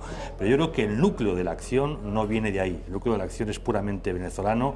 Ellos son muy conscientes de que esto tiene que resolverse en Venezuela y que tienen que ser los venezolanos los que finalmente pongan fin a esta terrible experiencia bolivariana. William, ¿el papel de Estados Unidos en todo esto? Bueno, esta mañana lo ha dicho Mike Pence, el vicepresidente de los Estados Unidos, a través de un tuit ha expresado el más absoluto respaldo a Juan Guaidó, a la Asamblea Nacional y al pueblo venezolano en su lucha por la libertad. Esta es una apuesta que se ha convertido en una de los puntos de la agenda de la política exterior de los Estados Unidos. Y yo creo que en estas coyunturas no podemos obviar la presencia, ¿no? Está siempre detrás la presencia de lo que ha dicho lo que han dicho muchos de ellos. Mike Pompeo, el secretario de Estado, lo ha dicho el propio presidente Donald Trump, lo ha dicho el enviado especial Thomas, ¿verdad? Ellos dicen que no descartan ningún escenario. Eso puede ser un elemento disuasivo, pero también en un momento dado puede ser que aquí se esté buscando que se produzca una situación que haga necesaria ya una intervención. Lo que sí está claro es la intervención extranjera que recibe Nicolás Maduro, como antes Hugo Chávez, en el caso de Cuba. ¿Cuál es el papel de la cúpula del ejército cubano en las labores de adoctrinamiento, de preparación de las Fuerzas Armadas Revolucionarias, la Guardia Nacional Revolucionaria de Venezuela, en reprimir sobre todo a la población? Ese tipo de tácticas ha sido Cuba, el castrismo, quien ha enseñado a los militares y sobre todo a la policía venezolana. Indudable, para Cuba el futuro bolivariano de Venezuela es un tema de carácter estratégico que afecta a la propia viabilidad de la experiencia cubana, donde el comunismo ya fracasó hace muchísimo tiempo. Por lo tanto, Cuba ha enviado a Venezuela a gente muy distinta para realizar funciones, todas ellas dirigidas a estabilizar la experiencia bolivariana. Estamos hablando de militares para que formen las Fuerzas Armadas bolivarianas, pero sobre todo estamos hablando del ámbito de la seguridad y de la inteligencia, que es donde más han trabajado. Igual todo eso, evidentemente, no está muy lejos del ámbito del narcotráfico, que es una fuente de financiación muy importante que está dando estabilidad a todo este grupo. Cuba hará exactamente todo lo posible para mantener la dictadura en pie, porque, insisto, del futuro de Venezuela depende en gran medida el futuro el propio de Cuba. Cubano. Exactamente. Y por tanto ellos sí lo tienen muy claro, digamos, tienen una visión estratégica de la situación y el compromiso es máximo, absolutamente máximo. No podemos dudar de ello en ningún momento. En ese mapa geopolítico, si cae la figura de Nicolás Maduro, si cae el chavismo en Venezuela, ¿eso tendría un efecto contagio en Cuba? Se debilitaría muchísimo el tema cubano, porque se vería que una dictadura similar puede caer básicamente por revuelta interna, que es lo que el régimen cubano más teme en estos momentos. El presidente de la región de Sudamérica que con más energía se ha pronunciado en favor de Nicolás Maduro, del chavismo, ha sido Evo Morales. Vamos a recuperar el tuit a través de las redes sociales. Evo Morales pues se posicionaba, como no podía ser de otra manera, porque así lo ha hecho en los últimos años, del lado de Maduro y del chavismo. Condenamos enérgicamente el intento de golpe de Estado en Venezuela por parte de la derecha, que es sumisa a intereses extranjeros. Seguros que la valerosa revolución bolivariana, a la cabeza del hermano Nicolás Maduro, se impondrá a este nuevo ataque del imperio. ¿Es Evo Morales la figura, más allá de Cuba, el principal apoyo y sostén que tiene ahora mismo Maduro? Bueno, Bolivia no puede ser principal sostén de nada. La geografía es la que es, la población y la riqueza da poquito margen. Evo Morales aparte va en clave indigenista, que en esa región tiene un sello propio que es muy distinto del tema de Venezuela, que va por otra lógica. Vamos a ver, Evo Morales en su visión indigenista encuentra un punto de convergencia con el movimiento bolivariano en el sentido de que son anticapitalistas, pero no mucho más allá. En estos momentos los apoyos tienen mucho más que ver con Cuba o con Nicaragua y a distancia con Rusia que evidentemente con la pobre Bolivia, que no está para muchas bromas. William. Bueno, yo de verdad causa vergüenza ese lenguaje antiimperialista de Evo Morales. Evo Morales no ha aprendido nada durante todo el tiempo que ha estado en el poder en Bolivia, ¿no? Lo cierto es que el único acto de imperio que se está ejerciendo en Venezuela lo ejerce el castrocomunismo cubano. Hay un tipo penal en el derecho internacional que lo describe, ¿no? Es la agresión consentida, que ya ha sido incorporado al Estatuto de Roma dentro de los diferentes escenarios que se dan los delitos de agresión. Y bueno, nosotros en Venezuela lo estamos sufriendo desde hace mucho tiempo, ¿no? Se permitió, fue consentido a través de tratados de cooperación simulados que permitieron el ingreso de decenas de miles de efectivos del castrocomunismo a Venezuela con el pretexto de que venían como entrenadores deportivos, como médicos o como educadores, y simplemente se instalaron en los servicios de inteligencia, contrainteligencia, en las Fuerzas Armadas, como lo decía antes.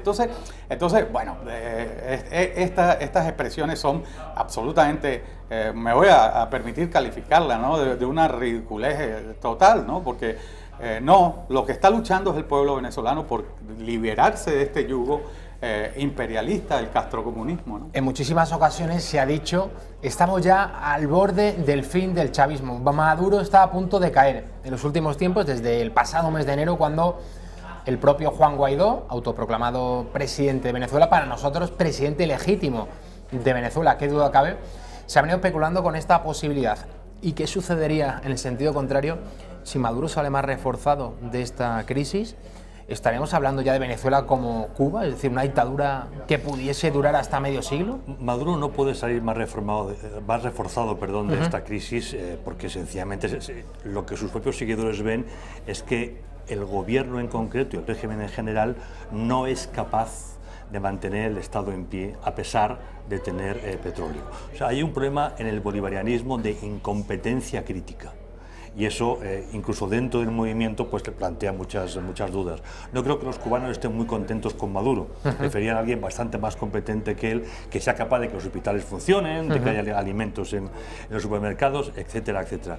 Maduro no va a salir más reforzado. Lo que es evidente es que el régimen, desde hace ya un tiempo, está en un camino que les lleva a un callejón sin salida, que es la de la resistencia absoluta y el acogerse a los beneficios del narcotráfico y del petróleo para mantener el núcleo en pie. Que salgan 4 millones o salgan 8 millones, para ellos no es un problema. Recordemos cómo los cubanos facilitaban que la gente abandonase la isla. Incluso habían las cárceles para que los norteamericanos tuvieran que aguantar a los delincuentes cubanos. Y luego fue un sobrecoste, evidentemente, para la penitenciaría norteamericana. El régimen está dispuesto a quedarse solo, porque solo va a disfrutar del petróleo y solo va a disfrutar de los beneficios del narcotráfico. Vladimir Padrino es el ministro de Defensa de Nicolás Maduro, ministro de Defensa del chavismo, y decía que todos los comandantes del ejército al menos de momento, habían respondido con lealtad a la llamada de Maduro. Esto aún no se ha traducido en, como bien apuntaba Florentino Portero antes, en que los militares estén atacando a la población. Un militar, por definición, es lo último que le apetece hacer, disparar contra su propia población. pero de momento la mayoría, el peso del Estado sigue estando del lado de Maduro. Esto es un factor que seguramente sea el decisivo, ¿no? Para explicar lo que sucede a las horas siguientes. O sea, desde que en el siglo XV creamos el Estado moderno, el uso de la fuerza lo controla el Estado. Y hoy por hoy Guaidó y López no están todavía mostrando la capacidad de derribar el régimen. Lo que están haciendo es erosionarlo continuamente y a ver si el momento crítico se acerca. Respecto de Padrino, recordemos que a pesar de ser un paraíso Venezuela, su familia vive en Madrid, donde disfruta de un bienestar que procede evidentemente de ámbitos poco legales. Nicolás Maduro, a través de las redes sociales, se ha expresado hace unas horas, vamos a verlo: nervios de acero, he conversado con los comandantes de todas las Redi y Zodi del país, entiendo que somos las Fuerzas Armadas, sí, quienes me han manifestado su total lealtad al pueblo, a la Constitución y a la patria. Llamo a la máxima movilización popular para asegurar la victoria de la paz. Venceremos. ¿Cuántos eufemismos en este mensaje? Lealtad al pueblo, y a la Constitución y a la patria. Por eso es lo mismo que está diciendo Guaidó. Claro. Es muy llamativo. William, la llamada a la Constitución es precisamente lo que está utilizando Juan Guaidó y Leopoldo López para tratar de ganarse el favor del pueblo venezolano y derrocar definitivamente el chavismo. Además, detrás de esta arenga sabemos lo que hay, ¿no? Esa lealtad se mantendrá hasta que se quiebre, ¿no? Como cometan. Yo recuerdo cuando el año 2002, el 11 de abril de 2002, cuando Hugo Chávez cometió aquel terrible desliz de ordenar a los grupos paramilitares y a francotiradores que atacaran al pueblo que en una manifestación iba hacia Miraflores para pedir su renuncia. Bueno, pues hasta ahí llegó la lealtad, ¿no? Las Fuerzas Armadas lo depusieron. Luego ocurrieron otras cosas que nunca debieron haber ocurrido, pero el desenlace y la lealtad de las Fuerzas Armadas se quebró en ese momento. Y yo creo que esta arenga tiene la misma fragilidad que tiene el desarrollo de los acontecimientos en cuanto a que el gobierno, el régimen, pueda cometer un desliz. Estamos en el desarrollo probablemente del desenlace de la crisis venezolana en cámara lenta. En cámara lenta. Los hechos van a ir sucediéndose y bueno, pues puede pasar cualquier cosa, ¿no? Nos impide hacer pronósticos certeros. Me llama la atención también lo del nervios de acero. Recuerdo la entrevista que el periodista, para mí nada admirable, Jordi Évole, realizaba al señor Maduro hace unos meses en el Palacio de Miraflores, en Caracas, en Venezuela, y le preguntaba precisamente sobre ¿usted duerme bien? Claro, la respuesta de Maduro fue que sí, pero según distintos periodistas afincados en Miami, venezolanos, habían publicado que Maduro ni mucho menos, que se medica y que toma distintos productos para conciliar el sueño. Yo, si me pongo en su pellejo, entiendo que lo de dormir lo llevará fatal. Incluso Pedro Zapata, analista político y también venezolano, como William Cárdenas, ha estado hace unos minutos en esta mesa, decía que Nicolás Maduro ya no pasaba apenas tiempo en Miraflores por miedo a que le derrocasen. Bueno, es muy llamativo empezar un tuit diciendo nervios de acero. Dime de lo que presumes y te diré de lo que careces. O sea, yo no sé quién es el asesor, si es que lo tiene, pero jamás tenía que haber empezado diciendo eso. Sencillamente, la comunicación bolivariana debería existir en que esto es un movimiento de 4 personas sin ninguna importancia que han tomado una plaza y poco más. Están reconociendo que están pasando cosas importantes. Eso es una prueba de debilidad enorme. William. Yo tengo la certeza de que no puede dormir bien. Las imágenes que hemos visto esta semana publicadas en los medios de comunicación aquí en España y que venimos conociendo desde hace bastante tiempo en Venezuela, de personas famélicas muriéndose de hambre, niños que nos recuerdan imágenes de los campos de concentración, porque no hay diferencia en eso, ¿no? ¿Quién es capaz de causar ese daño a sus propios ciudadanos?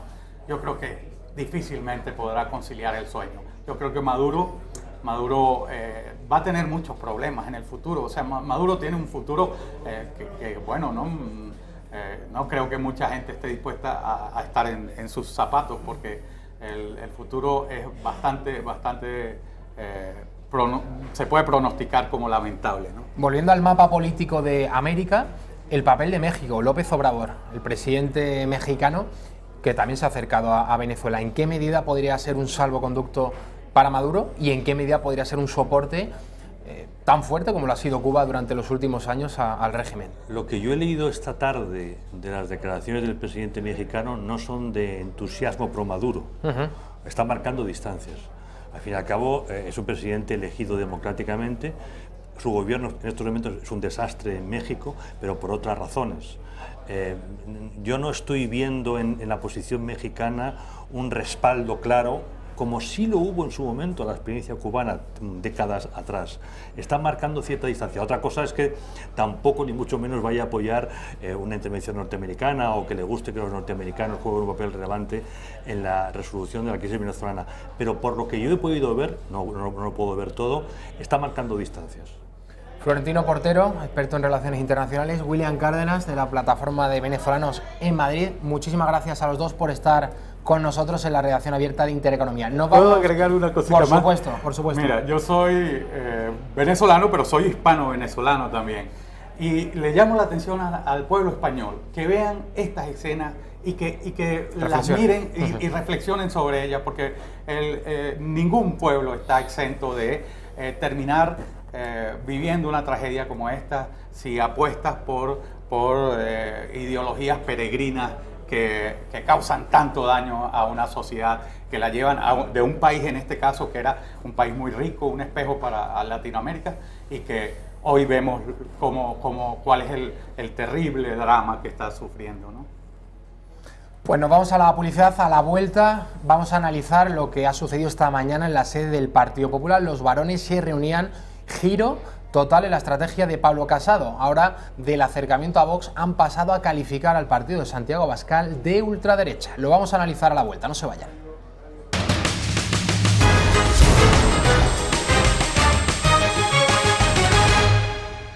Haz que pase, y no me refiero a Pedro Sánchez, sino a Javier Villamor, que estaba hace un rato, se fue y ha vuelto. Ahora no vamos a hablar de Venezuela, Javier Villamor, sino de lo que acontece en la política nacional.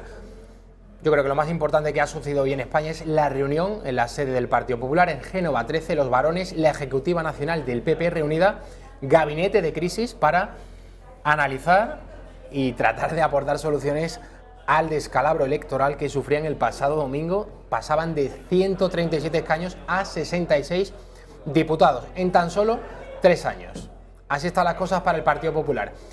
Hace 72 horas, o sea, 2 días antes de las elecciones, el señor Casado estaba proponiendo a Vox un gobierno en coalición. Y hoy, después de haber sido convenientemente aleccionado y espoleado por los Moreno Bonilla de turno, por los Núñez Feijóo de turno... Fíjate que yo Morilla creo que es el que menos pinta ahí. Feijóo bastante más, sin duda. Maroto, bueno. Maroto, el de la moto, que por cierto lo han quitado de en medio, era el... Lo han quitado como jefe de campaña. Bueno, pero ya es algo significativo. Fue el jefe de campaña, Maroto, de estas últimas generales, y ya no lo va a ser de las próximas europeas, municipales y autonómicas. A lo que iba Javier, Casado ha pasado de tender la mano a Santiago Abascal, a Vox, a considerarlos hoy ultraderecha. Este es el giro que ha adoptado el PP, hacia la izquierda, hacia el centro, llámenle ustedes como quieran, pero yo no sé si es la mejor estrategia que puede seguir el PP en estos momentos. Desde luego que no. Pablo Casado ha perdido la oportunidad que se le suele brindar a todos los perdedores de una elección, de unas elecciones, de quedar como, al menos moralmente, como vencedor, porque además de hecho lo tenía. Podía haber quedado como un caballero diciendo, bueno, hemos perdido con este proyecto, seguimos adelante, que es mi proyecto como presidente del Partido Popular. Perder con mis ideas. Pedir con mis ideas y, oye, estamos aquí abiertos a Ciudadanos, a Vox, a quien quiera venir. No, se ha sumado al carro de la demagogia, le han dicho que para que el votante que se fue o que está pensando en marcharse a Vox ya directamente lo eche, insultando o llamando ultraderecha a Vox, que ya hemos dejado aquí bien claro que no es ultraderecha, ahí se ha pegado un tiro en el pie. Me da miedo lo que está diciendo Pablo Casado, porque demuestra hasta qué punto tiene fuerza los varones del Partido Popular. Por varones, como tú has dicho, digamos que es Feijóo, etcétera, etcétera. Y también yo quiero hablar un poquito de Leví, Maroto, bueno, todo este entorno hippie progre que tenía el Partido Popular con los finales de Mariano Rajoy, que todavía mandan en el Partido Popular, a pesar de la limpieza que hizo Pablo Casado, que también quizá parte de la culpa de esta derrota haya sido el hecho de que ella haya limpiado a ciertos cabezas de lista tradicionales de gran peso en el votante, se los cargó, y eso quizá también le haya hecho mucho daño. El problema es que no ha hecho autocrítica, ha hecho una crítica al ojo ajeno, ¿no? Al mirar la paja en el ojo ajeno, como siempre. Rafael Hernando, quien fuera portavoz del PP en el Congreso de los Diputados, hace unos días recogía el guante de Rubén Amón, columnista del País. No recomiendo a nadie que lea sus columnas, son bastante malas. Me sorprenden la escasa calidad que tienen. La escasa calidad que tiene. Rubén Amón, este periodista del País, decía que Vox era el partido del cuarto gin tonic y que para votar a Santiago Abascal habría que estar ebrio. Pues Rafael Hernando, ¿de dónde si no? Pues de sus periodistas afines, recoge este tipo de ideas ingeniosas, por llamarlo de alguna manera. Se metía con Vox diciendo que es el partido del quinto gin tonic. Rubén Amón decía que 4 y a Hernando lo elevaba al quinto. Hoy Hernando ha dicho que claro, que la culpa de la victoria de Sánchez es la fragmentación, es decir, que todo es responsabilidad de Vox. Vamos a verlo. Vamos a demostrar, después de que es evidente que la fragmentación del voto y electoral del centro-derecha solo ha beneficiado al señor Sánchez y al Partido Socialista, de que somos capaces de gobernar, como hemos sido capaces anteriormente, y sobre todo de ganar las próximas elecciones municipales y autonómicas en muchos sitios. Yo dije desde el principio que el fraccionamiento del electorado beneficiaba a Sánchez, que el señor Abascal tenía que haberse retirado del Senado y el señor Rivera haber aceptado el pacto al Senado que le ofreció Pablo Casado, si tanto les importaba España. Yo alucino con el concepto de democracia que tienen los señores del PP, en concreto Hernando. Es decir, los ciudadanos españoles no son dueños de sus votos, sino que los partidos políticos somos los dueños de los votos de los ciudadanos. Su voto me pertenece, está secuestrado y usted va a votar a quien a mí me dé la gana, que obviamente es a mí. Este es el concepto de democracia que hay en el Partido Popular. No toleran que un votante desencantado se pueda ir a Ciudadanos o a Vox, sobre todo a este partido último, a Vox, porque cuando hace 3 años Rivera obtenía millones de votos, no veíamos esta cantinela y esta monserga diaria de la prensa satélite y afín al PP, de la fragmentación del voto, de la ley DONT. Esto lo hemos visto durante la campaña, el periodismo asustaviejas totalmente enfurecido, diciéndole a la gente lo que tiene que votar. Con Ciudadanos no lo hemos visto, pero los 2,6 millones de votantes que se han ido con Santiago Abascal están recibiendo todo tipo de improperios. No, esto demuestra que la democracia brilla por su ausencia. Es una partitocracia, el sistema democrático, o lo que supone que es un sistema democrático en España, está tomado por y para los partidos. Esto, lo que está diciendo ahora mismo Hernando, demuestra que no se presente Vox al Senado, pero bueno, pero ¿qué es esto? Y cuando el descaro de usted no se presente, a ver si me va a quitar o no vaya aquí, bueno, vemos que ya, a pesar de las elecciones, que es un momento, es el culmen, ¿no?, de cada 4 años de cómo destruyen el país los políticos, esto ya viene de mucho antes. Aquí ha habido mucho despacho, tú dame esto, dame lo otro, pero fíjate que hay un análisis muy interesante como respecto a la caída del Partido Popular, que creo que no se ha dicho mucho, lo estábamos comentando hoy en el trabajo, es que estas elecciones han demostrado que ya la separación completa entre el poder que tenían los obispos a la hora de dirigir el voto y los partidos políticos. Hemos visto que en los últimos días antes de las elecciones, 13TV, la COPE, toda la amalgama de medios de comunicación cercanos a la conferencia episcopal, cómo estaban echando pestes de Vox, pidiendo el voto útil, de nuevo, voto útil católico, cristiano al Partido Popular. Es tremendo. Un partido que incluso con mayoría absoluta no movió ni una coma de la ley del aborto. Esto es yo esta lectura que te acabo de decir la veo como positiva.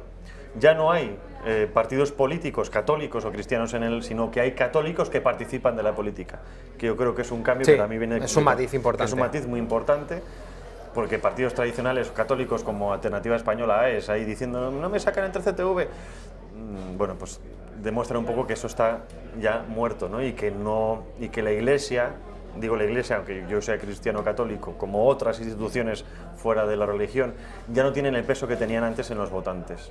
Eso se ha demostrado en estas elecciones. 2,5 millones, más de 2,5 millones de votantes de Vox han perdido el miedo a lo que le digan Y esto habrá que ver cómo pasa en las elecciones. Yo temo que mucho votante que se atrevió con Vox, sobre todo a partir de la tercera edad, digamos, en las autonómicas, vuelva. Porque habrá pensado que ese voto no ha sido útil cuando ha sido más útil que nunca. Porque hemos visto como un partido de la nada, que crece desde la derecha, es capaz de poner al Partido Popular en la picota. Que todos los grandes medios de comunicación haciendo la campaña contra Santiago Abascal, contra Vox, Vox lo han pintado, lo han dibujado como si fuera Hitler, el peor de los tiranos de toda la historia de la humanidad.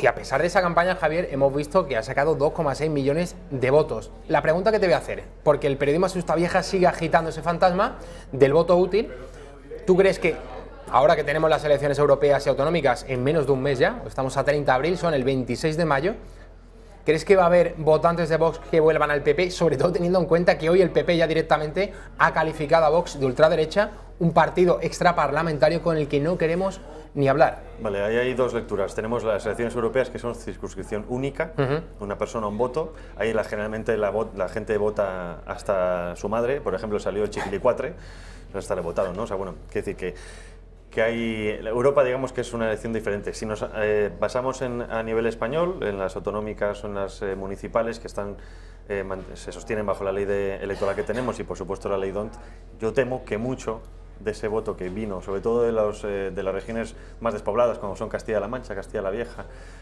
Castilla-León, etcétera, etcétera, perdón, Castilla-La Nueva, Castilla-La Vieja, Castilla-León, Castilla-La Mancha, se concentren en el Partido Popular. Y eso hará mucho daño porque a Vox, en este caso, porque la fuerza que ha obtenido no se podrá plasmar territorialmente.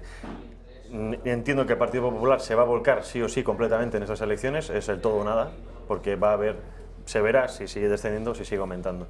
Para Vox ha venido creciendo desde las elecciones andaluzas.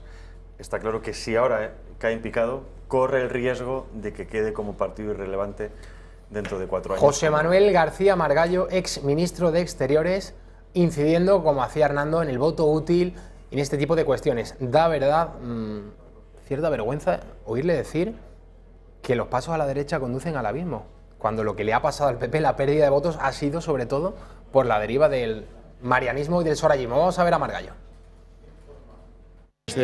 Nuestro problema es de definir un proyecto que nos permita reconocernos a nosotros mismos y que permita a la sociedad reconocernos como un proyecto diferente, no un proyecto que se pueda mezclar. Es decir, esto no es el Nescafé soluble, los principios de un partido político son infinitamente más sólidos. Yo estoy haciendo un libro que me defino Memorias de un político de extremo centro, por tanto yo creo que desviarse a la derecha conduce necesariamente al precipicio. Es decir, si quiere usted como democristiano diré que fuera del centro no hay salvación. Javier, ¿cómo te quedas? Yo es que ya me río por no llorar la capacidad nula de nuestros políticos de... Bueno, no la capacidad nula, porque la capacidad la tienen, pero la manera con la que mienten compulsivamente al electorado, es que yo creo que nos toman por idiotas. Yo creo que cualquier votante que no haya votado tradicionalmente del Partido Popular, que no haya votado del Partido Popular en estas elecciones, no es que sea culpa de nada más que del propio Partido Popular. Ya no solo la mayoría absoluta de Rajoy, que no hizo absolutamente nada, sino cuando estaba Rajoy tomándose las copas mientras estaba aquí el golpe de Estado, entre comillas, del Partido Socialista en el Parlamento. Rajoy podría haber convocado elecciones generales y no lo quiso hacer. Exacto, por ello podría haberse marchado y venir Soraya. Eso al menos hubiera retrasado la moción de censura. Después convocas elecciones y posiblemente hubieras vuelto a ganar las elecciones. Podría haberlas convocado antes de la moción, es lo que yo me refiero. Eso también, por supuesto. Las convocas antes o después, pero mantienes el poder que tenías. Eso es. Entonces, el Partido Popular ahora mismo está en estado de shock y no es capaz de entender que la gente se le escapa, no porque le gusten más las otras, que también posiblemente sea así, sino porque el partido en sí no es capaz de retener a su votante clásico, ya no ofrece nada. El Partido Popular es una caja vacía de ideología, no existe nada, es un aparato de poder estatal. Y aquí se ha visto como cuando la propia ley DONT, o la ley DONT en toda la ley electoral, beneficia al Partido Popular, esta incluso en estas elecciones les ha penalizado. Vamos a ver cómo Santiago Abascal, presidente de Vox, ha contestado a Pablo Casado cuando, espoleado por los distintos varones del PP, ha girado, ha cambiado de estrategia, ya no es el PP que se quiere acercar a Vox, ahora es el PP que llama ultraderecha a Vox. Santiago Abascal le ha respondido de la siguiente manera: toda la campaña plagiando nuestro mensaje y tratando de imitar nuestro estilo, y ahora como los progres, insultáis a los votantes de Vox por tener principios.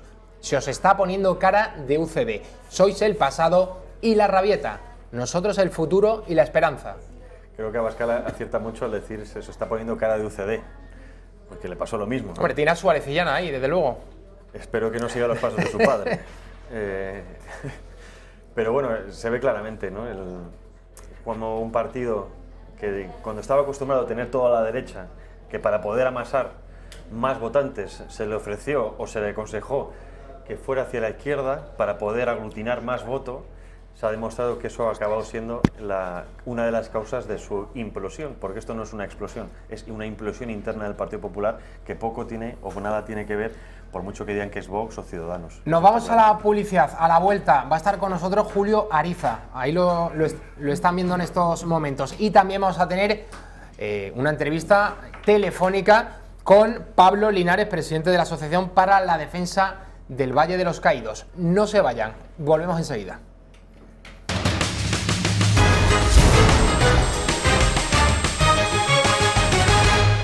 Casi las 8 menos cuarto de la tarde se incorpora Julio Ariza a la mesa de la redacción abierta. Muy bienvenido. Muchísimas gracias. Buenas tardes a todos. Pues buenas tardes, esperemos que también en Venezuela y que no corra la sangre allí y Maduro se vaya en un helicóptero a La Habana cuanto antes y nos dejen en paz y luego ya veremos cómo devuelven todo el dinero, los 200.000 o más de 200.000 millones de dólares que se han llevado del país y que hacen que en este momento haya niños muriéndose de enfermedades por no poder ser atendidos porque no hay medicinas, mucha gente muriendo de hambre, mucha violencia, mucho odio y muchos sinvergüenzas narcotraficantes que han hecho de Venezuela hoy un país invivible. Pues vamos con los de Podemos, de aquí, de España, que quieren para España, parece que lo mismo. Fueron los que estaban asesorando al señor Hugo Chávez hace no mucho tiempo, que se volvieron a España con los bolsillos llenos, como el señor Monedero. Antes de analizar eso y sobre todo lo que ha dado de sí la reunión en la ejecutiva del Partido Popular, ejecutiva nacional, con ese giro, cual veleta, hace unos días veíamos cómo tendían la mano a Vox y ahora califican al Partido Abascal de ultraderecha. Nos vamos a saludar vía telefónica a Pablo Linares, que es presidente de la Asociación para la Defensa del Valle de los Caídos. Muy buenas tardes, señor Linares. Señor Linares, buenas tardes. Sí, hola, buenas tardes. Usted va a pronunciar el próximo martes, que es 7 de mayo, una conferencia en el Club de Amigos de Intereconomía a las 6 de la tarde titulada El Valle en el punto de mira. Ahora mismo, con la victoria de Pedro Sánchez, se puede decir que hay que estar más alerta que nunca, que es más probable que nunca la sumación de Francisco Franco. Bueno, la sumación de Francisco Franco siempre ha estado en el punto de mira del presidente del gobierno, del doctor Pedro Sánchez. Efectivamente, el martes día 7 de mayo a las 6 de la tarde, Dios mediante, daremos una conferencia en el Club de Amigos de Intereconomía, donde podremos hablar de todos los objetivos mal encarados que tiene el presidente del gobierno con respecto a ese monumento a la reconciliación que sin duda es el Valle de los Caídos. Señor Linares, el Poder Ejecutivo, por mucho que quiera, no puede pisotear al Judicial. Tiene la justicia que pronunciarse a propósito de la sumación de los restos del general Franco. Efectivamente, en estos momentos hay 4 recursos contenciosos administrativos con petición de cautelares presentados. El Tribunal Supremo, entiendo que con buen criterio dejó pasar el periodo electoral a la espera de emitir su dictamen al respecto y vamos a ver qué es lo que ocurre en este caso. Señor Linares, recordamos entonces, próximo martes 7 de mayo, el Valle en el punto de mira, a las 6 de la tarde en el Club de Amigos de Intereconomía. No sé si quiere usted añadir algo más. Sí, quiero añadir solamente una cosa más, que además de la conferencia que tendrá lugar, como hemos dicho, el 7 de mayo a las 6 de la tarde, también el sábado 18 de mayo tendré mucho gusto en acompañar a todos aquellos amigos del Club de Amigos que se sumen, que se apunten a una visita guiada al Valle de los Caídos, donde podremos ver in situ todo lo que es aquello y ese monumento tremendo, monumento a la reconciliación que es el Valle. Pues señor Linares, muchísimas gracias por atender la redacción abierta. Buenas tardes. Buenas tardes, muchas gracias a ustedes. Seguimos en la redacción abierta, casi las 8 menos 10. Vamos a analizar en lo que nos queda de tiempo con Julio Ariza y también con Javier Villamor ese giro hoy en el Partido Popular parece que no han digerido muy bien los malos resultados en las pasadas elecciones generales, el pasado domingo, pasando de 137 escaños a 66. La traducción la hemos visto en la calle Génova número 13, Vox es la ultraderecha, giro a la izquierda. Yo creo que el análisis es bastante sencillo.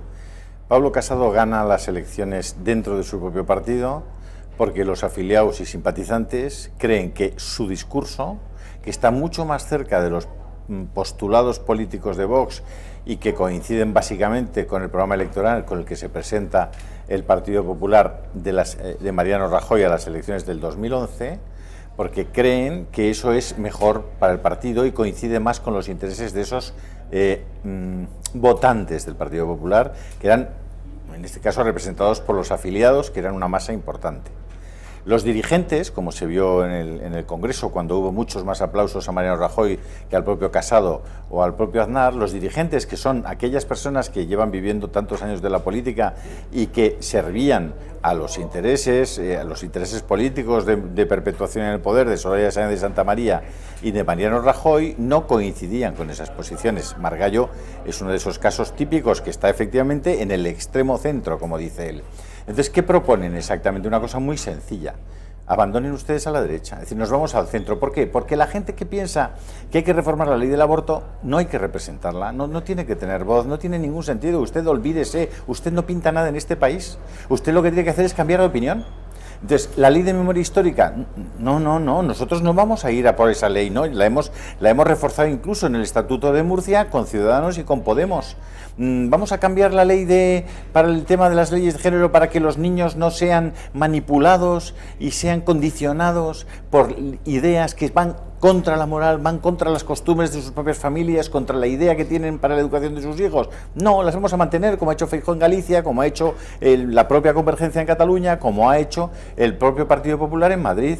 Es decir, nosotros lo que les proponemos a ustedes, votantes del Partido Popular, es que, mire, con tal de que nosotros sigamos en el poder, no voten ustedes aquella fuerza política que representa lo que ustedes creen y lo que ustedes quieren para este país. No lo hagan, porque entonces nosotros dejaremos de estar en el poder. ¿Por qué no se lo dicen a Ciudadanos? Porque coinciden con los postulados de Ciudadanos. Ciudadanos ha respaldado todas estas cosas, ha respaldado este Estatuto de Murcia, ha respaldado las leyes de género. Están en una posición antropológica contraria a las ideas, a las creencias de la gente de derechas. Es decir, el Partido Popular, ¿qué propone ahora mismo? Después de tener la presión, Pablo Casado, de los dirigentes más importantes que provienen del rajoyismo, Feijóo y Juan Manuel Moreno Bonilla, le dicen, oye, machote, que el día 26, si tienes malos resultados, venimos el lunes siguiente y te cortamos la cabeza. Entonces, Casado dice, uy, vamos a ver, cuidado, ¿eh? Entonces, propuesta clara y concreta. Sánchez está por culpa de Vox, no por culpa de Ciudadanos, no por culpa del PP, por culpa de Vox. Por tanto, Vox a eliminar. Las leyes que hemos mantenido nosotros, que hizo el PSOE y que van a empeorar todavía más, no, esa es culpa de Vox. Pero, ojo, es culpa de Vox, pero no nos importan nada esas leyes. Nosotros sí, ahora, consiguiendo que ustedes no voten a Vox, nosotros gobernamos en determinadas comunidades autónomas, no se preocupen que esas leyes no las vamos a tocar, es decir, vamos a gobernar como Sánchez en esas comunidades autónomas. Dejen de votar ustedes a Vox para que el PP gane. ¿Por qué razón? ¿Para que Sánchez tenga continuidad o Zapatero tengan continuidad en esas comunidades? ¿Para eso lo quieren? Es decir, ¿creen ustedes que la gente que ha votado a Vox, que por cierto son 1.600.000 personas menos a Vox que los que han votado al Partido Popular, 1.400.000 personas menos que los que han votado a Ciudadanos? Estamos hablando de que las diferencias de votantes entre los 2.700.000 de Vox, los 4 millones no sé cuántos de Ciudadanos y los no llega a 5 millones del Partido Popular, a los que hay que suprimir y a los que hay que dejar sin voz, porque hay que ir al extremo centro, es a los de Vox. Entonces, vamos a ver, ¿qué nos están diciendo? O sea, ¿pero qué es esto? O sea, ya nos abandonaron y por eso surge Vox. Es decir, ya dejaron de cambiar todas las leyes que habían, por cierto, presentado recursos de inconstitucionalidad. Se habían comprometido a cambiarlas con su electorado. No lo hicieron, les defraudaron. Y ahora les dicen, no, pero mirad, ¿veis? Es que sale un partido que defiende estas cosas que defendíamos nosotros y saca 2.600.000 votos. ¿Qué quieren? ¿Qué quieren? Se lo comenté antes a Javier Villamor, el sentido de la democracia que tienen, es decir... Nulo. Los votos me pertenecen a mí, que soy el político, que estoy aquí en un puesto de responsabilidad, Pero, en un partido. Sí, Javier. Y no son los ciudadanos, se supone en una democracia son los ciudadanos los dueños de su voto, y en conciencia cada 4 años van a ir a las urnas a decir quiénes son los que mejor le pueden representar. Bueno, Javier, pero vamos a ver, un partido político hace todo lo posible por convencer a los votantes de que le voten a él por alguna razón. La única razón por la que se le ocurre al Partido Popular que hay que votarle en las elecciones del 26 de mayo es para que las ideas, que por cierto formaban parte de su ADN hasta hace pocos años, dejen de estar representadas en la vida política en España. Para eso, esa es el único mensaje político que creen eficaz para conseguir recuperar el poder, para conseguir tener unos buenos resultados el 26 de mayo. ¿Qué es lo que hay que hacer para que eso ocurra? Hay que renunciar a reformar la ley del aborto, a echar para atrás la ley de memoria histórica, a que los padres efectivamente tengan derecho a la educación de sus hijos, a que las leyes de género que impiden la libertad en la práctica de pensamiento y de educación, hay que impedir que eso se toque.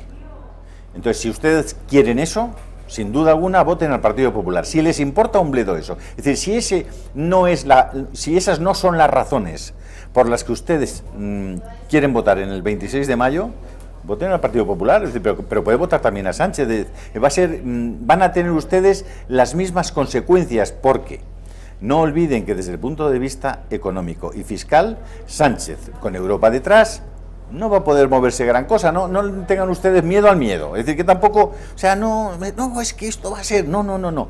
Sánchez ha estado muy inteligente, bueno, y el PP también, impidiendo que Vox estuviera en los debates electorales. Eso ha hecho que 20 millones de personas en los dos debates no hayan percibido a Vox y a Abascal como una posibilidad. Como una persona normal también. Claro, y eso los han estigmatizado. Bueno, yo, desde luego, mi posición es, yo voy a seguir votando en mi vida, en la que me quede política, aquellas posiciones, aquellos partidos políticos que defiendan las cosas en las que yo creo. Y los argumentos que me están dando son unos argumentos que incluyen abandonar, postergar, conculcar y eliminar todas aquellas cosas que creemos. Nosotros hemos defendido en esta casa, desde el minuto 1, que era imprescindible que hubiera al menos un escaño, un diputado en las Cortes que representara, mire, por ahora 2.600.000 personas que creen eso. 24 Nada menos. Es decir, había 2.600.000 personas que no tenían ninguna voz, ninguna representatividad, porque el señor Rajoy, la señora Soraya, el señor Margallo, el señor Feijóo, nos las habían quitado, nos las habían arrebatado. Bueno, pues las hemos recuperado. Mire, van a tener que escuchar en el Parlamento cosas con las que nuestros espectadores, muchos de ellos y muchos de nosotros, vamos a disfrutar. Porque, ¿qué les ha cabreado? ¿Por qué hay que excluir a Vox? Porque han traído al debate político lo que pensaban que ya había ganado y que estaba completamente excluido. Porque van a tener que volver a hablar de España, como han tenido que hablar, porque Vox ha sentado en el Tribunal Supremo a los golpistas cuando ni el PP, ni Ciudadanos, ni el PSOE, ni nadie fue capaz de decir, oye, lo siento yo. Tuvo que venir unos señores que no tenían ni un duro, ni representación parlamentaria, que pedían cuestaciones para poder pagar las fianzas. Pues, ¿de qué me están ustedes hablando? Yo voy a estar desde aquí al 26 de mayo, en la medida en que me inviten, voy a estar explicando estas cosas. Pero algo interesante que han dicho al principio es la separación definitiva entre las bases y el cuerpo directivo del Partido Popular. Claro. En el último congreso, cuando estaba Mariano Rajoy, las bases estaban en contra de la Junta Directiva.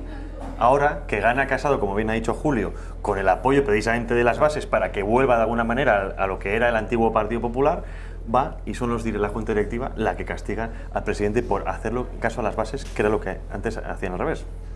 El Partido Popular ahora mismo tiene un lío interno absoluto. Si no implosiona es gracias a Dios, pero desde luego lo tiene difícil, porque ahora mismo pintan bastos para Pablo Casado. Jorge Fernández Díaz, que fue ministro del Interior, dice ahora que le gustan los debates de ideas. Vean. Vamos a ver a Fernández Díaz. Yo no estoy por debates nominalistas de que si el centro, no el centro, la centralidad. A mí me gusta hacer debates sobre contenidos. Habría que definir qué es lo que entendemos por centralidad, porque hay principios, hay convicciones, hay valores que yo desde luego defiendo.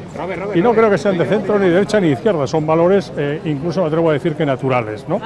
Ahora, evidentemente, tener el Partido Popular, insisto, no es un partido que ha nacido ayer, como otros, es un partido que tiene ya mucha historia por detrás y ha pasado por momentos muy difíciles, muy complicados, etcétera, ¿no?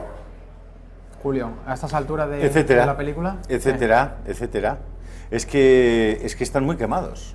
Es que están muy quemados. Es que encima, además de haber abandonado a sus electores, se han corrompido hasta extremos escalofriantes. Es que han pagado a policías siendo ministros, siendo secretarios de Estado, han pagado a policías para ocultar pruebas de procesos en marcha, de corrupción de sus propios afiliados, de sus propios dirigentes. Es que se han llevado el dinero a expuertas.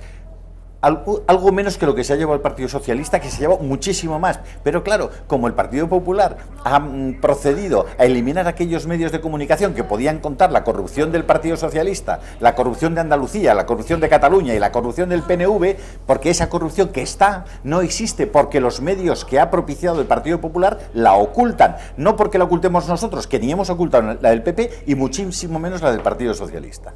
Es que esto es una cosa de broma. Es decir, es que vengan y vamos a tener un debate sobre este asunto. Si se creen que nos vamos a callar o ¿qué pasa? Que nosotros no tenemos derecho a expresar nuestras ideas y que nuestras ideas no estén en el Congreso de los Diputados, que hay que viajar al centro. ¿Para qué? ¿Para hacer leyes de género que son absolutamente repugnantes? Oye, el conservador es persona non grata. Por favor, hombre, por favor, esto es una broma. Que llamen al Club de Amigos, sigan haciéndose socios de esta casa, llamen al Club de Amigos, por favor, apoyen esta casa, porque vamos a seguir diciendo muy clarito y muy alto lo que no quieren que digamos. Ya sé que hay mucha gente que está siguiendo a Intereconomía y que nos dice, bueno, cuidado tal, Pepe, escuchen también nuestros argumentos, porque nosotros también podemos explicar por qué creemos y defendemos estas cosas. Julio, nos tenemos que marchar. Bueno, llamen, lo pueden hacer a este teléfono 21 que van a recoger su 2464. Javier Villamor, muchísimas gracias. A vosotros, como Julio siempre. Ariza, muchísimas gracias. Javier, de verdad que a todos ustedes tengo ganas de poder tener un poco más de tiempo y además me encantaría, espectador a espectador, sentarme en el salón de su casa y explicarle estas cosas cuando quieran. Recuerden, si están hartos de la corrección política, este es su programa. Nos vemos. ¡Viva Venezuela libre! Sí, señor.